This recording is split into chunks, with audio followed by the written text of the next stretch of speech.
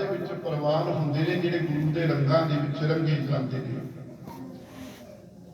ਇਹ ਇੱਕ ਸਫ਼ਰ ਹੈ ਜਿਸ ਨੂੰ ਅਸੀਂ ਸੰਪੂਰਨ ਕਰਦੇ ਹਾਂ, ਤੇ ਉਸ ਸਫ਼ਰ ਦੀ ਸੰਪੂਰਨਤਾ ਤੋਂ ਬਾਅਦ ਅੱਜ ਸਮੁੱਚੀ ਸੰਗਤ ਵੱਲੋਂ ਸਹਿਜ ਪਾਠ ਸਾਹਿਬ ਪ੍ਰਾਰੰਭ ਕਰਵਾਏ ਗਏ ਸਨ।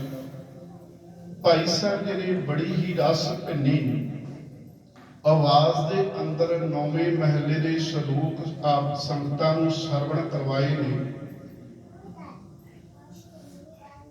ਸਾਧ ਸੰਗਤ,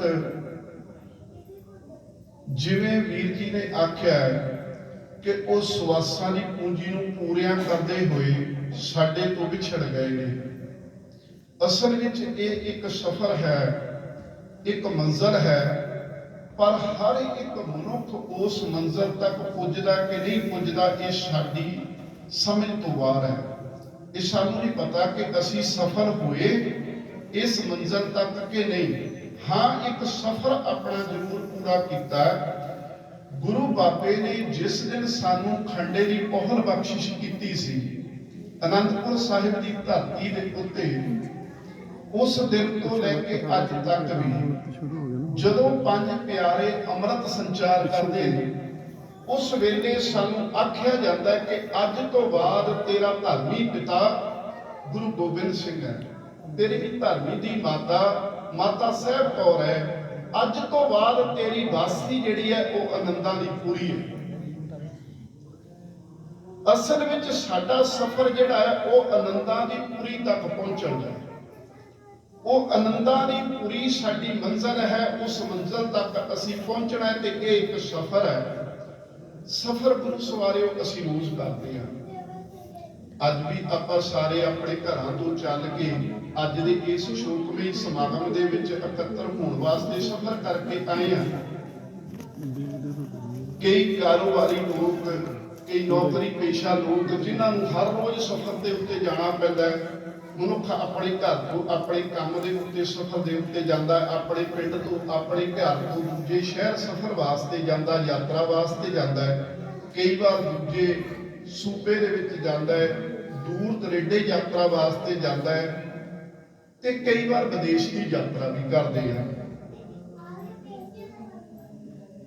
ਪਰਿਵਾਰ ਦਾ ਧੀ ਪੁੱਤਰ ਪੜ੍ਹਨ ਵਾਸਤੇ ਜਾਂਦਾ ਹੈ, ਬਾਈਕ ਲੈ ਕੇ ਜਾਂਦਾ ਹੈ। ਅਸੀਂ ਫਿਕਰਮੰਦ ਹੁੰਦੇ ਹਾਂ, ਚਿੰਤਾਤੁਰ ਹੁੰਦੇ ਹਾਂ, ਜਿੰਨੀ ਦੇਰ ਤੱਕ ਸਾਡਾ ਬੱਚਾ ਸ਼ਹਿਰ ਤੋਂ ਜਾਂ ਕਾਲਜ ਤੋਂ ਸਕੂਲ ਤੋਂ ਵਾਪਸ ਨਹੀਂ ਆ ਜਾਂਦਾ। ਤੇ ਇਸੇ ਤਰ੍ਹਾਂ ਘਰ ਦਾ ਹਰ ਇੱਕ ਮੈਂਬਰ ਜਦੋਂ ਘਰੋਂ ਬਾਹਰ ਜਾਂਦਾ ਹੈ ਤੇ ਘਰ ਦੇ ਸਾਰੇ ਮੈਂਬਰ ਫਿਕਰਮੰਦ ਹੁੰਦੇ ਨੇ ਕਿ ਇਹ ਵਾਪਸ ਆ ਜਾਵੇ। ਇਹ ਜਿਹੜੇ ਸਫ਼ਰ ਤੇ ਗਿਆ, ਜਿਹੜੀ ਯਾਤਰਾ ਤੇ ਗਿਆ, ਜਿਸ ਕਾਰਜ ਵਾਸਤੇ ਗਿਆ, ਉਹਨੂੰ ਸੰਪੂਰਨ ਕਰਕੇ ਤੇ ਵਾਪਸ ਆ ਜਾਵੇ। ਯਾਤਰਾ ਜਿਹੜੀ ਦੁਨਿਆਵੀ ਯਾਤਰਾ ਹੈ ਨਾ ਜੀ, ਸੱਚੀ ਗੱਲ ਇਹ ਹੈ ਕਿ ਅਸੀਂ ਉਹਦੇ ਵਾਸਤੇ ਬੜੇ ਹੀ ਚਿੰਤਾਤੁਰ ਹਾਂ, ਬੜੇ ਹੀ ਫਿਕਰਮੰਦ ਹਾਂ। ਜਦੋਂ ਅਸੀਂ ਕਿਤੇ ਜਾਣਾ ਹੋਵੇ ਦੂਰ ਦਰੇਡੇ ਤੇ ਕੋਸ਼ਿਸ਼ ਕਰਕੇ ਪਤਾ ਕਰਦੇ ਹਾਂ ਕਿ ਜਿੱਥੇ ਅਸੀਂ ਜਾਣਾ ਹੈ ਉੱਥੇ ਦਾ ਮੌਸਮ ਕਿਹੋ ਜਿਹਾ ਹੈ, ਉਸ ਮੌਸਮ ਦੇ ਅਨੁਕੂਲ ਮੈਂ ਕੱਪੜੇ ਲੈ ਲੈ ਕਿ ਨਹੀਂ ਲੈ। ਮੈਂ ਜਿਸ ਰਾਸਤੇ ਦੇ ਉੱਤੇ ਜਾਣਾ ਹੈ ਉਸ ਰਾਸਤੇ ਦੇ ਵਾਸਤੇ ਜਿੰਨਾ ਮੇਰਾ ਲੰਬਾ ਸਫ਼ਰ ਹੈ, ਮੇਰੇ ਕੋਲ ਕੋਈ ਖਾਣ ਪੀਣ ਦਾ ਪਦਾਰਥ ਹੈ ਕਿ ਨਹੀਂ ਹੈ। ਅਸੀਂ ਧਾਰਮਿਕ ਯਾਤਰਾ ਤੇ ਵੀ ਜਾਂਦੇ ਹਾਂ ਨਾ, ਕੋਈ ਪਟਨਾ ਸਾਹਿਬ ਨੂੰ, ਹਜ਼ੂਰ ਸਾਹਿਬ ਨੂੰ ਜਦੋਂ ਅਸੀਂ ਜਾਂਦੇ ਹਾਂ ਤੇ ਅਸੀਂ ਉਹ ਸਾਰਾ ਬੰਦੋਬਸਤ ਕਰਕੇ ਤੁਰਦੇ ਹਾਂ। ਵਿਦੇਸ਼ ਨੂੰ ਜਾਣਾ ਹੈ, ਉੱਥੇ ਜਾਣ ਵਾਸਤੇ ਸਾਡੇ ਲੋੜੀਂਦੇ ਡਾਕੂਮੈਂਟ ਸਾਡੇ ਪੂਰੇ ਨੇ। ਅਸੀਂ ਉਸ ਚੀਜ਼ ਦੇ ਚਿੰਤਾਤੁਰ ਹਾਂ, ਅਸੀਂ ਉਸ ਚੀਜ਼ ਦੇ ਫਿਕਰਮੰਦ ਹਾਂ। ਫਿਰ ਉੱਥੇ ਜਾ ਕੇ ਅਸੀਂ ਲੀਗਲੀ ਰਹਿਣਾ ਹੈ, ਕਿੰਨੀ ਦੇਰ ਰਹਿਣਾ ਹੈ, ਕਿਵੇਂ ਰਹਿਣਾ ਹੈ, ਇਹ ਵੀ ਸਾਡਾ ਫਿਕਰ ਹੈ। ਤੇ ਇਹ ਜਿਹੜੀ ਯਾਤਰਾ ਹੈ, ਇਸ ਯਾਤਰਾ ਦੇ ਸੰਬੰਧ ਦੇ ਵਿੱਚ ਅਸੀਂ ਇੰਨੇ ਕੁ ਫਿਕਰਮੰਦ ਹਾਂ। ਆਮ ਤੌਰ ਤੇ ਸਾਨੂੰ ਸੜਕਾਂ ਦੇ ਕਿਨਾਰਿਆਂ ਦੇ ਉੱਤੇ ਲਿਖਿਆ ਮਿਲ ਜਾਂਦਾ ਹੈ, ਪਰਮਾਤਮਾ ਤੁਹਾਡੀ ਯਾਤਰਾ ਸਫਲ ਕਰੇ। ਰੇਲਵੇ ਸਟੇਸ਼ਨ ਜਾਈਏ, ਉੱਥੇ ਵੀ ਲਿਖਿਆ ਹੁੰਦਾ, ਹਿੰਦੀ ਦੇ ਵਿੱਚ ਵੀ ਲਿਖਿਆ ਮਿਲ ਜਾਂਦਾ ਹੈ, ਆਪਕੀ ਯਾਤਰਾ ਮੰਗਲਮय ਹੋ। ਇੰਗਲਿਸ਼ ਦੇ ਵਿੱਚ ਲਿਖਿਆ ਮਿਲ ਜਾਂਦਾ, wish U A happy journey. ਅਸੀਂ ਆਏ ਕਿ ਇਸ ਦੁਨਿਆਵੀ ਯਾਤਰਾ ਵਾਸਤੇ ਇੰਨੇ ਫਿਕਰਮੰਦ ਹਾਂ। ਜਿੰਨੀ ਦੇਰ ਤੱਕ ਉਹ ਸਾਡੀ ਯਾਤਰਾ ਪੂਰੀ ਨਹੀਂ ਹੁੰਦੀ, ਸਾਡਾ ਉਹ ਫਿਕਰ ਖੜਾ ਰਹਿੰਦਾ। ਅਸੀਂ ਹਰ ਇੱਕ ਬੰਦੋਬਸਤ ਕਰਦੇ ਆ ਉਸ ਯਾਤਰਾ ਨੂੰ ਪੂਰਾ ਕਰਨ ਵਾਸਤੇ। ਪਰ ਇੱਕ ਯਾਤਰਾ ਸਾਡੀ ਹੋਰ ਹੈ। ਉਹ ਯਾਤਰਾ ਹੈ ਸਾਡੇ ਜਨਮ ਤੋਂ ਲੈ ਕੇ ਮਾਤਾ ਦੇ ਗਰਭ ਤੋਂ ਲੈ ਕੇ ਅੰਤਮ ਸੰਸਕਾਰ ਤੱਕ ਦੀ ਯਾਤਰਾ, ਜਿਹਨੂੰ ਅਸੀਂ ਕਹਿੰਦੇ ਆ ਕਿ ਅਸੀਂ ਅਰਦਾਸ ਦੇ ਵਿੱਚ ਵੀ ਕਹਿੰਦੇ ਆ ਕਿ ਇਹ ਆਪਣੀ ਸਰੀਰਕ ਯਾਤਰਾ ਸੰਪੂਰਨ ਕਰਦੇ ਹੋਏ ਚਲਾਣਾ ਕਰਦਾ। ਪਰ ਜਿਹੜੀ ਇਹ ਯਾਤਰਾ ਹੈ ਕਿ ਅਸੀਂ ਇਹਦੇ ਵਾਸਤੇ ਕਦੇ ਫਿਕਰਮੰਦ ਹੋਏ? ਮੈਂ ਬੇਨਤੀ ਕੀਤੀ, ਪਾਤਸ਼ਾਹ ਜੀ ਦਾ ਫਰਮਾਨ, ਸਤਿਗੁਰ ਸੇਤੀ ਰਤਿਆ ਦਰਗਹਿ ਪਾਈਐ ਖਾਓ, ਦਰਗਾਹ ਦੇ ਵਿੱਚ ਜਗ੍ਹਾ ਮਿਲਣ ਵਾਸਤੇ, ਆਨੰਦਾਂ ਦੀ ਪੁਰੀ ਦੇ ਸੱਚਮੁੱਚ ਵਾਸੀ ਬਣਨ ਵਾਸਤੇ। ਅੱਜ ਭਗਤ ਰਵਿਦਾਸ ਸਾਹਿਬ ਜੀ ਦਾ ਪ੍ਰਕਾਸ਼ ਦਿਹਾੜਾ ਹੈ। ਬੇਗਮਪੁਰਾ ਸ਼ਹਿਰ ਕੋ ਨਾਉ, ਉਸ ਬੇਗਮਪੁਰੇ ਦੇ ਵਾਸੀ ਬਣਨ ਵਾਸਤੇ ਅਸੀਂ ਕਦੇ ਚਿੰਤਾ ਤੁਰ ਪਏ ਨਹੀਂ। ਮਾਤਾ ਦੇ ਗਰਭ ਦੇ ਵਿੱਚੋਂ ਬੱਚਾ ਜਨਮ ਜਦੋਂ ਲੈਂਦਾ ਹੈ, ਬੱਚਾ ਰੋਂਦਾ ਹੈ। ਪੁਰਾਤਨ ਸਮੇਂ ਦੇ ਵਿੱਚ ਦਾਈਆਂ ਮਾਈਆਂ ਕਹਿੰਦੀਆਂ ਸਨ ਕਿ ਜੇ ਇਹ ਰੋਇਆ ਤੇ ਇਹ ਤੰਦਰੁਸਤ ਹੈ, ਨਿਸ਼ਾਨੀ ਹੈ ਇਸ ਗੱਲ ਦੀ ਕਿ ਇਹ ਤੰਦਰੁਸਤ ਹੈ। ਤੇ ਜੇ ਅੱਜ ਦੇ ਡਾਕਟਰਾਂ ਨੂੰ ਪੁੱਛੋ ਕਿ ਬੱਚਾ ਰੋਂਦਾ ਕਿਉਂ ਹੈ, ਕਹਿੰਦੇ ਜਣੇਪੇ ਦੀ ਪੀੜਾ ਕਰਕੇ ਰੋਂਦਾ ਹੈ, ਹੋਰ ਗੱਲ ਕੋਈ ਨਹੀਂ। ਇਸ ਕਰਕੇ ਇਹ ਰੋਂਦਾ, ਇਹਨੂੰ ਜਣੇਪੇ ਦੀ ਪੀੜਾ ਹੋਈ ਹੈ ਤੇ ਇਹਦਾ ਰੋਣਾ ਜਿਹੜਾ ਹੈ ਉਹ ਇਹ ਸਾਬਤ ਕਰਦਾ ਕਿ ਇਹ ਤੰਦਰੁਸਤ ਹੈ। ਕਈ ਵਾਰ ਕੋਈ ਨਾ ਜਦੋਂ ਬੱਚਾ ਵੱਡਾ ਹੁੰਦਾ ਹੈ ਉਹ ਕਿਸੇ ਨਾ ਕਿਸੇ ਪਾਸਿਓਂ ਕੋਈ ਕਮਜ਼ੋਰੀ ਰਹਿ ਜਾਂਦੀ ਹੈ, ਤੇ ਜਦੋਂ ਕਿਸੇ ਡਾਕਟਰ ਕੋਲ ਚੈੱਕ ਕਰਵਾਉਣ ਜਾਈਏ ਨਾ, ਨਿਊਰੋ ਸਰਜਨ ਕੋਲ ਲੈ ਕੇ ਜਾਓ ਉਸ ਬੱਚੇ ਨੂੰ, ਤੇ ਉਹ ਕਹਿੰਦਾ ਹੈ ਕਿ ਪਤਾ ਕਰਿਓ ਜੀ ਇਹ ਜਨਮ ਵੇਲੇ ਰੋਇਆ ਨਹੀਂ ਹੋਵੇਗਾ ਜਾਂ ਥੋੜੀ ਦੇਰ ਬਾਅਦ ਰੋਇਆ ਹੋਵੇਗਾ। ਉਹਦੇ ਤੰਦਰੁਸਤੀ ਦੀ ਨਿਸ਼ਾਨੀ ਮੰਨੀ ਜਾਂਦੀ ਹੈ ਕਿ ਇਹਦਾ ਰੋਣਾ ਹੈ। ਪਰ ਭਾਈ ਗੁਰਦਾਸ ਸਾਹਿਬ ਨੂੰ ਪੁੱਛੀਏ ਕਿ ਉਹ ਰੋਂਦਾ ਕਿਵੇਂ ਹੈ, ਕਿਉਂ ਰੋਂਦਾ? ਦਾਈਆਂ ਮਾਈਆਂ ਤੇ ਡਾਕਟਰ ਕਹਿੰਦੇ ਨੇ ਕਿ ਇਹ ਜਣੇਪੇ ਦੀ ਪੀੜਾ ਕਰਕੇ ਰੋਂਦਾ ਹੈ। ਭਾਈ ਗੁਰਦਾਸ ਸਾਹਿਬ ਜੀ ਕਹਿੰਦੇ ਨੇ ਉਹ ਇਸ ਕਰਕੇ ਨਹੀਂ ਰੋਇਆ, ਉਹ ਰੋਇਆ ਇਸ ਕਰਕੇ ਰੋਵੇ ਰਤਨ ਗਵਾਏ ਕੇ, ਹੱਸ ਹੱਸ ਗਾਵੇ ਸਭ ਪਰਵਾਰ। ਉਹਤੇ ਰੋਂਦਾ, ਉਹ ਰੋਵੇ ਦੁੱਖ ਆਪਣਾ। ਉਹ ਰੋਂਦਾ ਉਹਦਾ ਰਤਨ ਗਵਾਚ ਗਿਆ, ਉਹਦੀ ਕੋਈ ਬੜਮੁੱਲੀ ਚੀਜ਼ ਗਵਾਚ ਗਈ, ਉਹਦੀ ਕੋਈ ਕੀਮਤੀ ਚੀਜ਼ ਗਵਾਚ ਗਈ, ਉਹ ਤਾਂ ਰੋਂਦਾ। ਉਹ ਰੋਵੇ ਦੁੱਖ ਆਪਣਾ, ਉਹ ਤੇ ਰੋਂਦਾ ਆਪਣਾ ਦੁੱਖ ਇਸ ਕਰਕੇ ਕਿ ਮੈਂ ਕੁਝ ਗਵਾ ਕੇ ਆਇਆ। ਤੇ ਭਾਈ ਗੁਰਦਾਸ ਸਾਹਿਬ ਕਹਿੰਦੇ ਤੇ ਅਸੀਂ ਢੋਲ ਵਜਾਉਂਦੇ ਆ, ਅਸੀਂ ਖੁਸ਼ ਹੁੰਦੇ ਆ, ਸਾਡੇ ਘਰ ਦੇ ਵਿੱਚ ਨਵਾਂ ਜੀ ਆਇਆ, ਧੀ ਆਈ ਆ, ਪੁੱਤਰ ਆਇਆ, ਅਸੀਂ ਖੁਸ਼ ਹੁੰਦੇ ਆ, ਹਾਸਾ ਸਗਾਵੇ ਸਭ ਪਰਿਵਾਰ ਆ। ਪਰ ਉਹ ਰਤਨ ਕਿਹੜਾ ਸੀ ਜਿਹੜਾ ਗਵਾਚ ਗਿਆ? ਲੱਭਣ ਦੀ ਲੋੜ ਸੀ ਕਿ ਉਹ ਰਤਨ ਸਾਡਾ ਕਿਹੜਾ ਸੀ ਜਿਹੜਾ ਗਵਾਚਿਆ ਸੀ। ਅਸੀਂ ਕਿੱਥੋਂ ਵਿਛੜੇ ਸਾਂ, ਕਿੱਥੇ ਅਸੀਂ ਜਾਣਾ ਸੀ, ਕਿਸ ਮੰਜ਼ਿਲ ਦੇ ਉੱਤੇ ਅਸੀਂ ਪਹੁੰਚਣਾ ਸੀ। ਸਤਿਗੁਰੂ ਨੇ ਸਾਨੂੰ ਇੱਕ ਵਾਰ ਨਹੀਂ ਅਨੇਕਾਂ ਵਾਰ ਸਮਝਾਇਆ। ਕਹਿਣ ਲੱਗੇ, ਮਨ ਤੂੰ ਜੋਤ ਸਰੂਪ ਹੈ, ਆਪਣਾ ਮੂਲ ਪਛਾਣ, ਆਪਣੇ ਮੂਲ ਨੂੰ ਪਹਿਚਾਨਣ ਦੀ ਕੋਸ਼ਿਸ਼ ਤੇ ਕਰ। ਹਰ ਰੋਜ਼ ਅਸੀਂ ਪੜ੍ਹਦੇ ਹਾਂ, ਹਰ ਰੋਜ਼ ਪੜ੍ਹਦੇ ਆ ਭੁੱਲ ਜਾਂਦੇ ਆ। ਭਈ ਪ੍ਰਾਪਤ ਮਾਨੁਖ ਦੇਹੁਰੀਆ, ਤੈਨੂੰ ਆ ਮਨੁੱਖਾ ਦੇਹੀ ਪ੍ਰਾਪਤ ਹੋਈ, ਮਿਲੀ ਕਿਉਂ ਹੈ? 84 ਲੱਖ ਜੂਨ ਉਪਾਈ। ਸਤਿਗੁਰੂ ਨੇ ਉਸ ਅਕਾਲ ਪੁਰਖ ਨੇ ਅਨੇਕਾਂ ਤਰ੍ਹਾਂ ਦੇ ਜੀਵ ਜੰਤੂ ਪੈਦਾ ਕੀਤੇ, ਜਿਨ੍ਹਾਂ ਦੀ ਗਿਣਤੀ 84 ਲੱਖ ਮੰਨੀ ਗਈ ਹੈ। ਪਰੰਤੂ ਮਨੁੱਖ ਨੂੰ ਉਸ ਅਕਾਲ ਪੁਰਖ ਵਾਹਿਗੁਰੂ ਨੇ ਵੱਡੀ ਵਡਿਆਈ ਬਖਸ਼ਿਸ਼ ਕੀਤੀ ਹੈ, ਰਹਿਮਤ ਕੀਤੀ ਹੈ। ਤੇ ਪਾਤਸ਼ਾਹ ਨੇ ਆਖਿਆ ਸੀ, ਕਹਿਣ ਲੱਗੇ, ਭਈ ਪ੍ਰਾਪਤ ਮਾਨੁਖ ਦੇਹੁਰੀਆ, ਤੈਨੂੰ ਇਹ ਮਨੁੱਖਾ ਦੇਹੀ ਪ੍ਰਾਪਤ ਹੋਈ ਹੈ। ਮਿਲੀ ਕਿਵੇਂ ਹੈ? ਕਈ ਜਨਮ ਭਏ ਕੀਟ ਪਤੰਗਾ, ਕਈ ਜਨਮ ਗਜ ਮੀਨ ਕਰੰਗਾ, ਕਈ ਜਨਮ ਪੰਖੀ ਸਰਪ ਹੋਇਓ, ਕਈ ਜਨਮ ਹੈਵਰ ਬ੍ਰਿਖ ਹੋਏ। ਅਸੀਂ ਕਹਿੰਦੇ ਆ ਨਾ ਜੀ, ਹੋ ਆਇਆ ਦੂਰੋਂ ਚੱਲ ਕੇ। ਉਹ ਜਿਹੜਾ ਦੂਰੋਂ ਵਾਲੀ ਗੱਲ ਹੈ, ਦੂਰੋਂ ਚੱਲ ਕੇ, ਦੂਰੋਂ ਦਾ ਅਰਥ ਇਹ ਥੋੜ੍ਹਾ ਕਿ ਮੈਂ ਨਵੇਂ ਸ਼ਹਿਰ ਤੋਂ ਆ ਗਿਆ, ਚੰਡੀਗੜ੍ਹ ਤੋਂ ਆ ਗਿਆ, ਦਿੱਲੀ ਤੋਂ ਆ ਗਿਆ, ਜਾਂ ਪਰਿਵਾਰ ਕਲਕੱਤੇ ਤੋਂ ਆਇਆ, ਉਹ ਦੂਰੋਂ ਵਾਲੀ ਗੱਲ ਨਹੀਂ। ਇਹ ਦੂਰੋਂ ਵਾਲੀ ਜਿਹੜਾ ਦੂਰੋਂ ਹੈ, ਇਹ ਇਹੀ ਹੈ। ਕਈ ਜਨਮ ਭਏ ਕੀਟ ਪਤੰਗਾ, ਕਈ ਜਨਮ ਗੱਜ ਮੀਨ ਕਰੰਗਾ। ਗੱਜ ਹਾਥੀ ਨੂੰ ਕਹਿੰਦੇ ਨੇ, ਮੀਨ ਮੱਛੀ ਨੂੰ ਕਹਿੰਦੇ ਨੇ।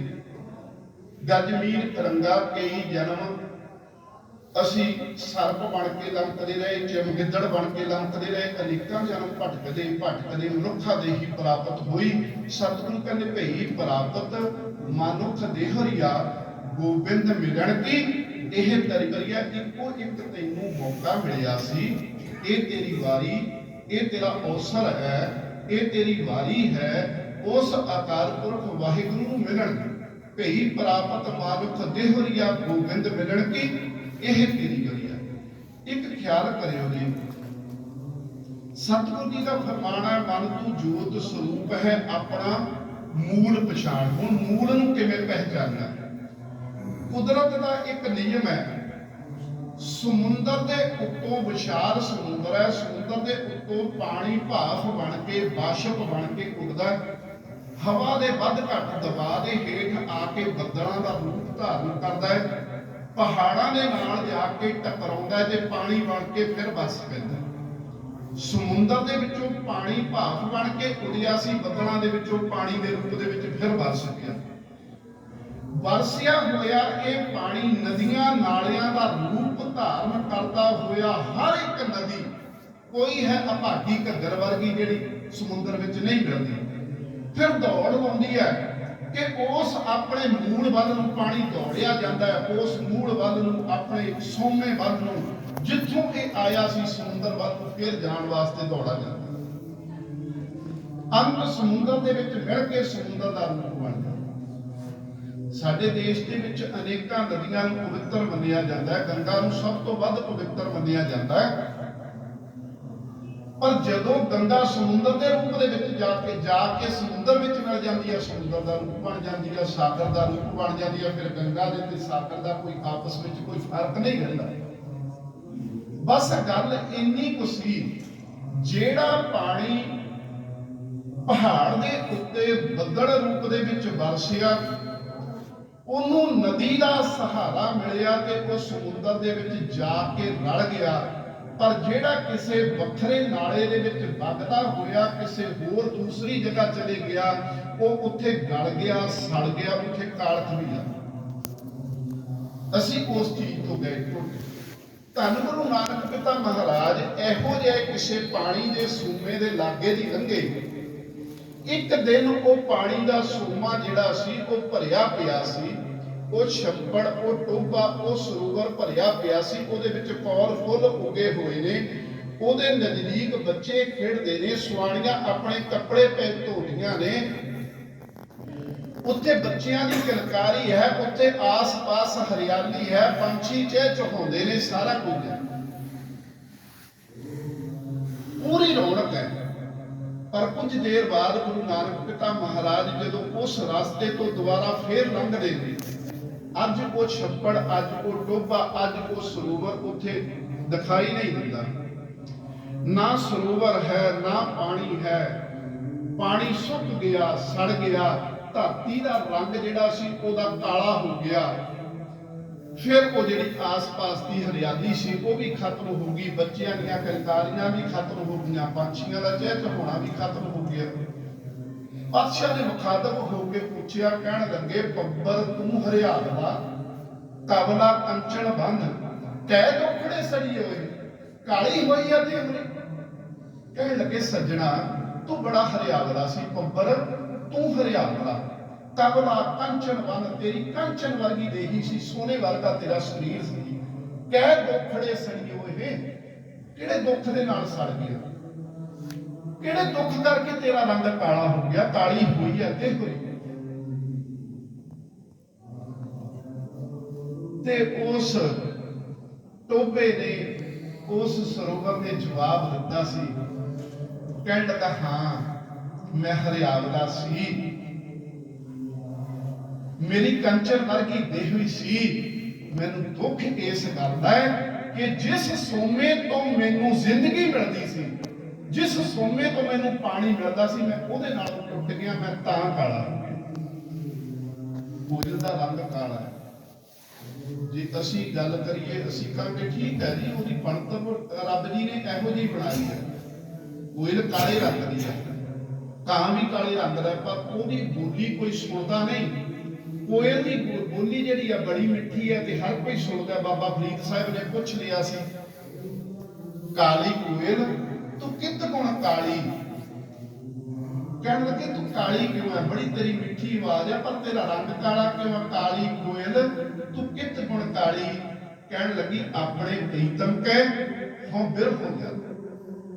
ਜਿਹੜਾ ਆਪਣੇ ਸੋਮੇ ਦੇ ਨਾਲ, ਆਪਣੇ ਬੁੱਧ ਦੇ ਨਾਲ, ਆਪਣੇ ਮੂਲ ਦੇ ਨਾਲ ਜੁੜ ਨਾ ਸਕੇ ਇਹਨਾਂ ਦੀ, ਉਹਦਾ ਰੰਗ ਫਿਰ ਕਾਲਾ ਹੋ ਜਾਂਦਾ। ਵਿਛੜ ਕੇ ਇਹੀ ਹਾਲਤ ਹੁੰਦੀ ਹੈ ਜਦੋਂ ਅਸੀਂ ਆਪਣੇ ਧੁਰੀ ਦੇ ਨਾਲ, ਆਪਣੇ ਮੁੱਢ ਦੇ ਨਾਲ ਟੁੱਟ ਜਾਂਦੇ।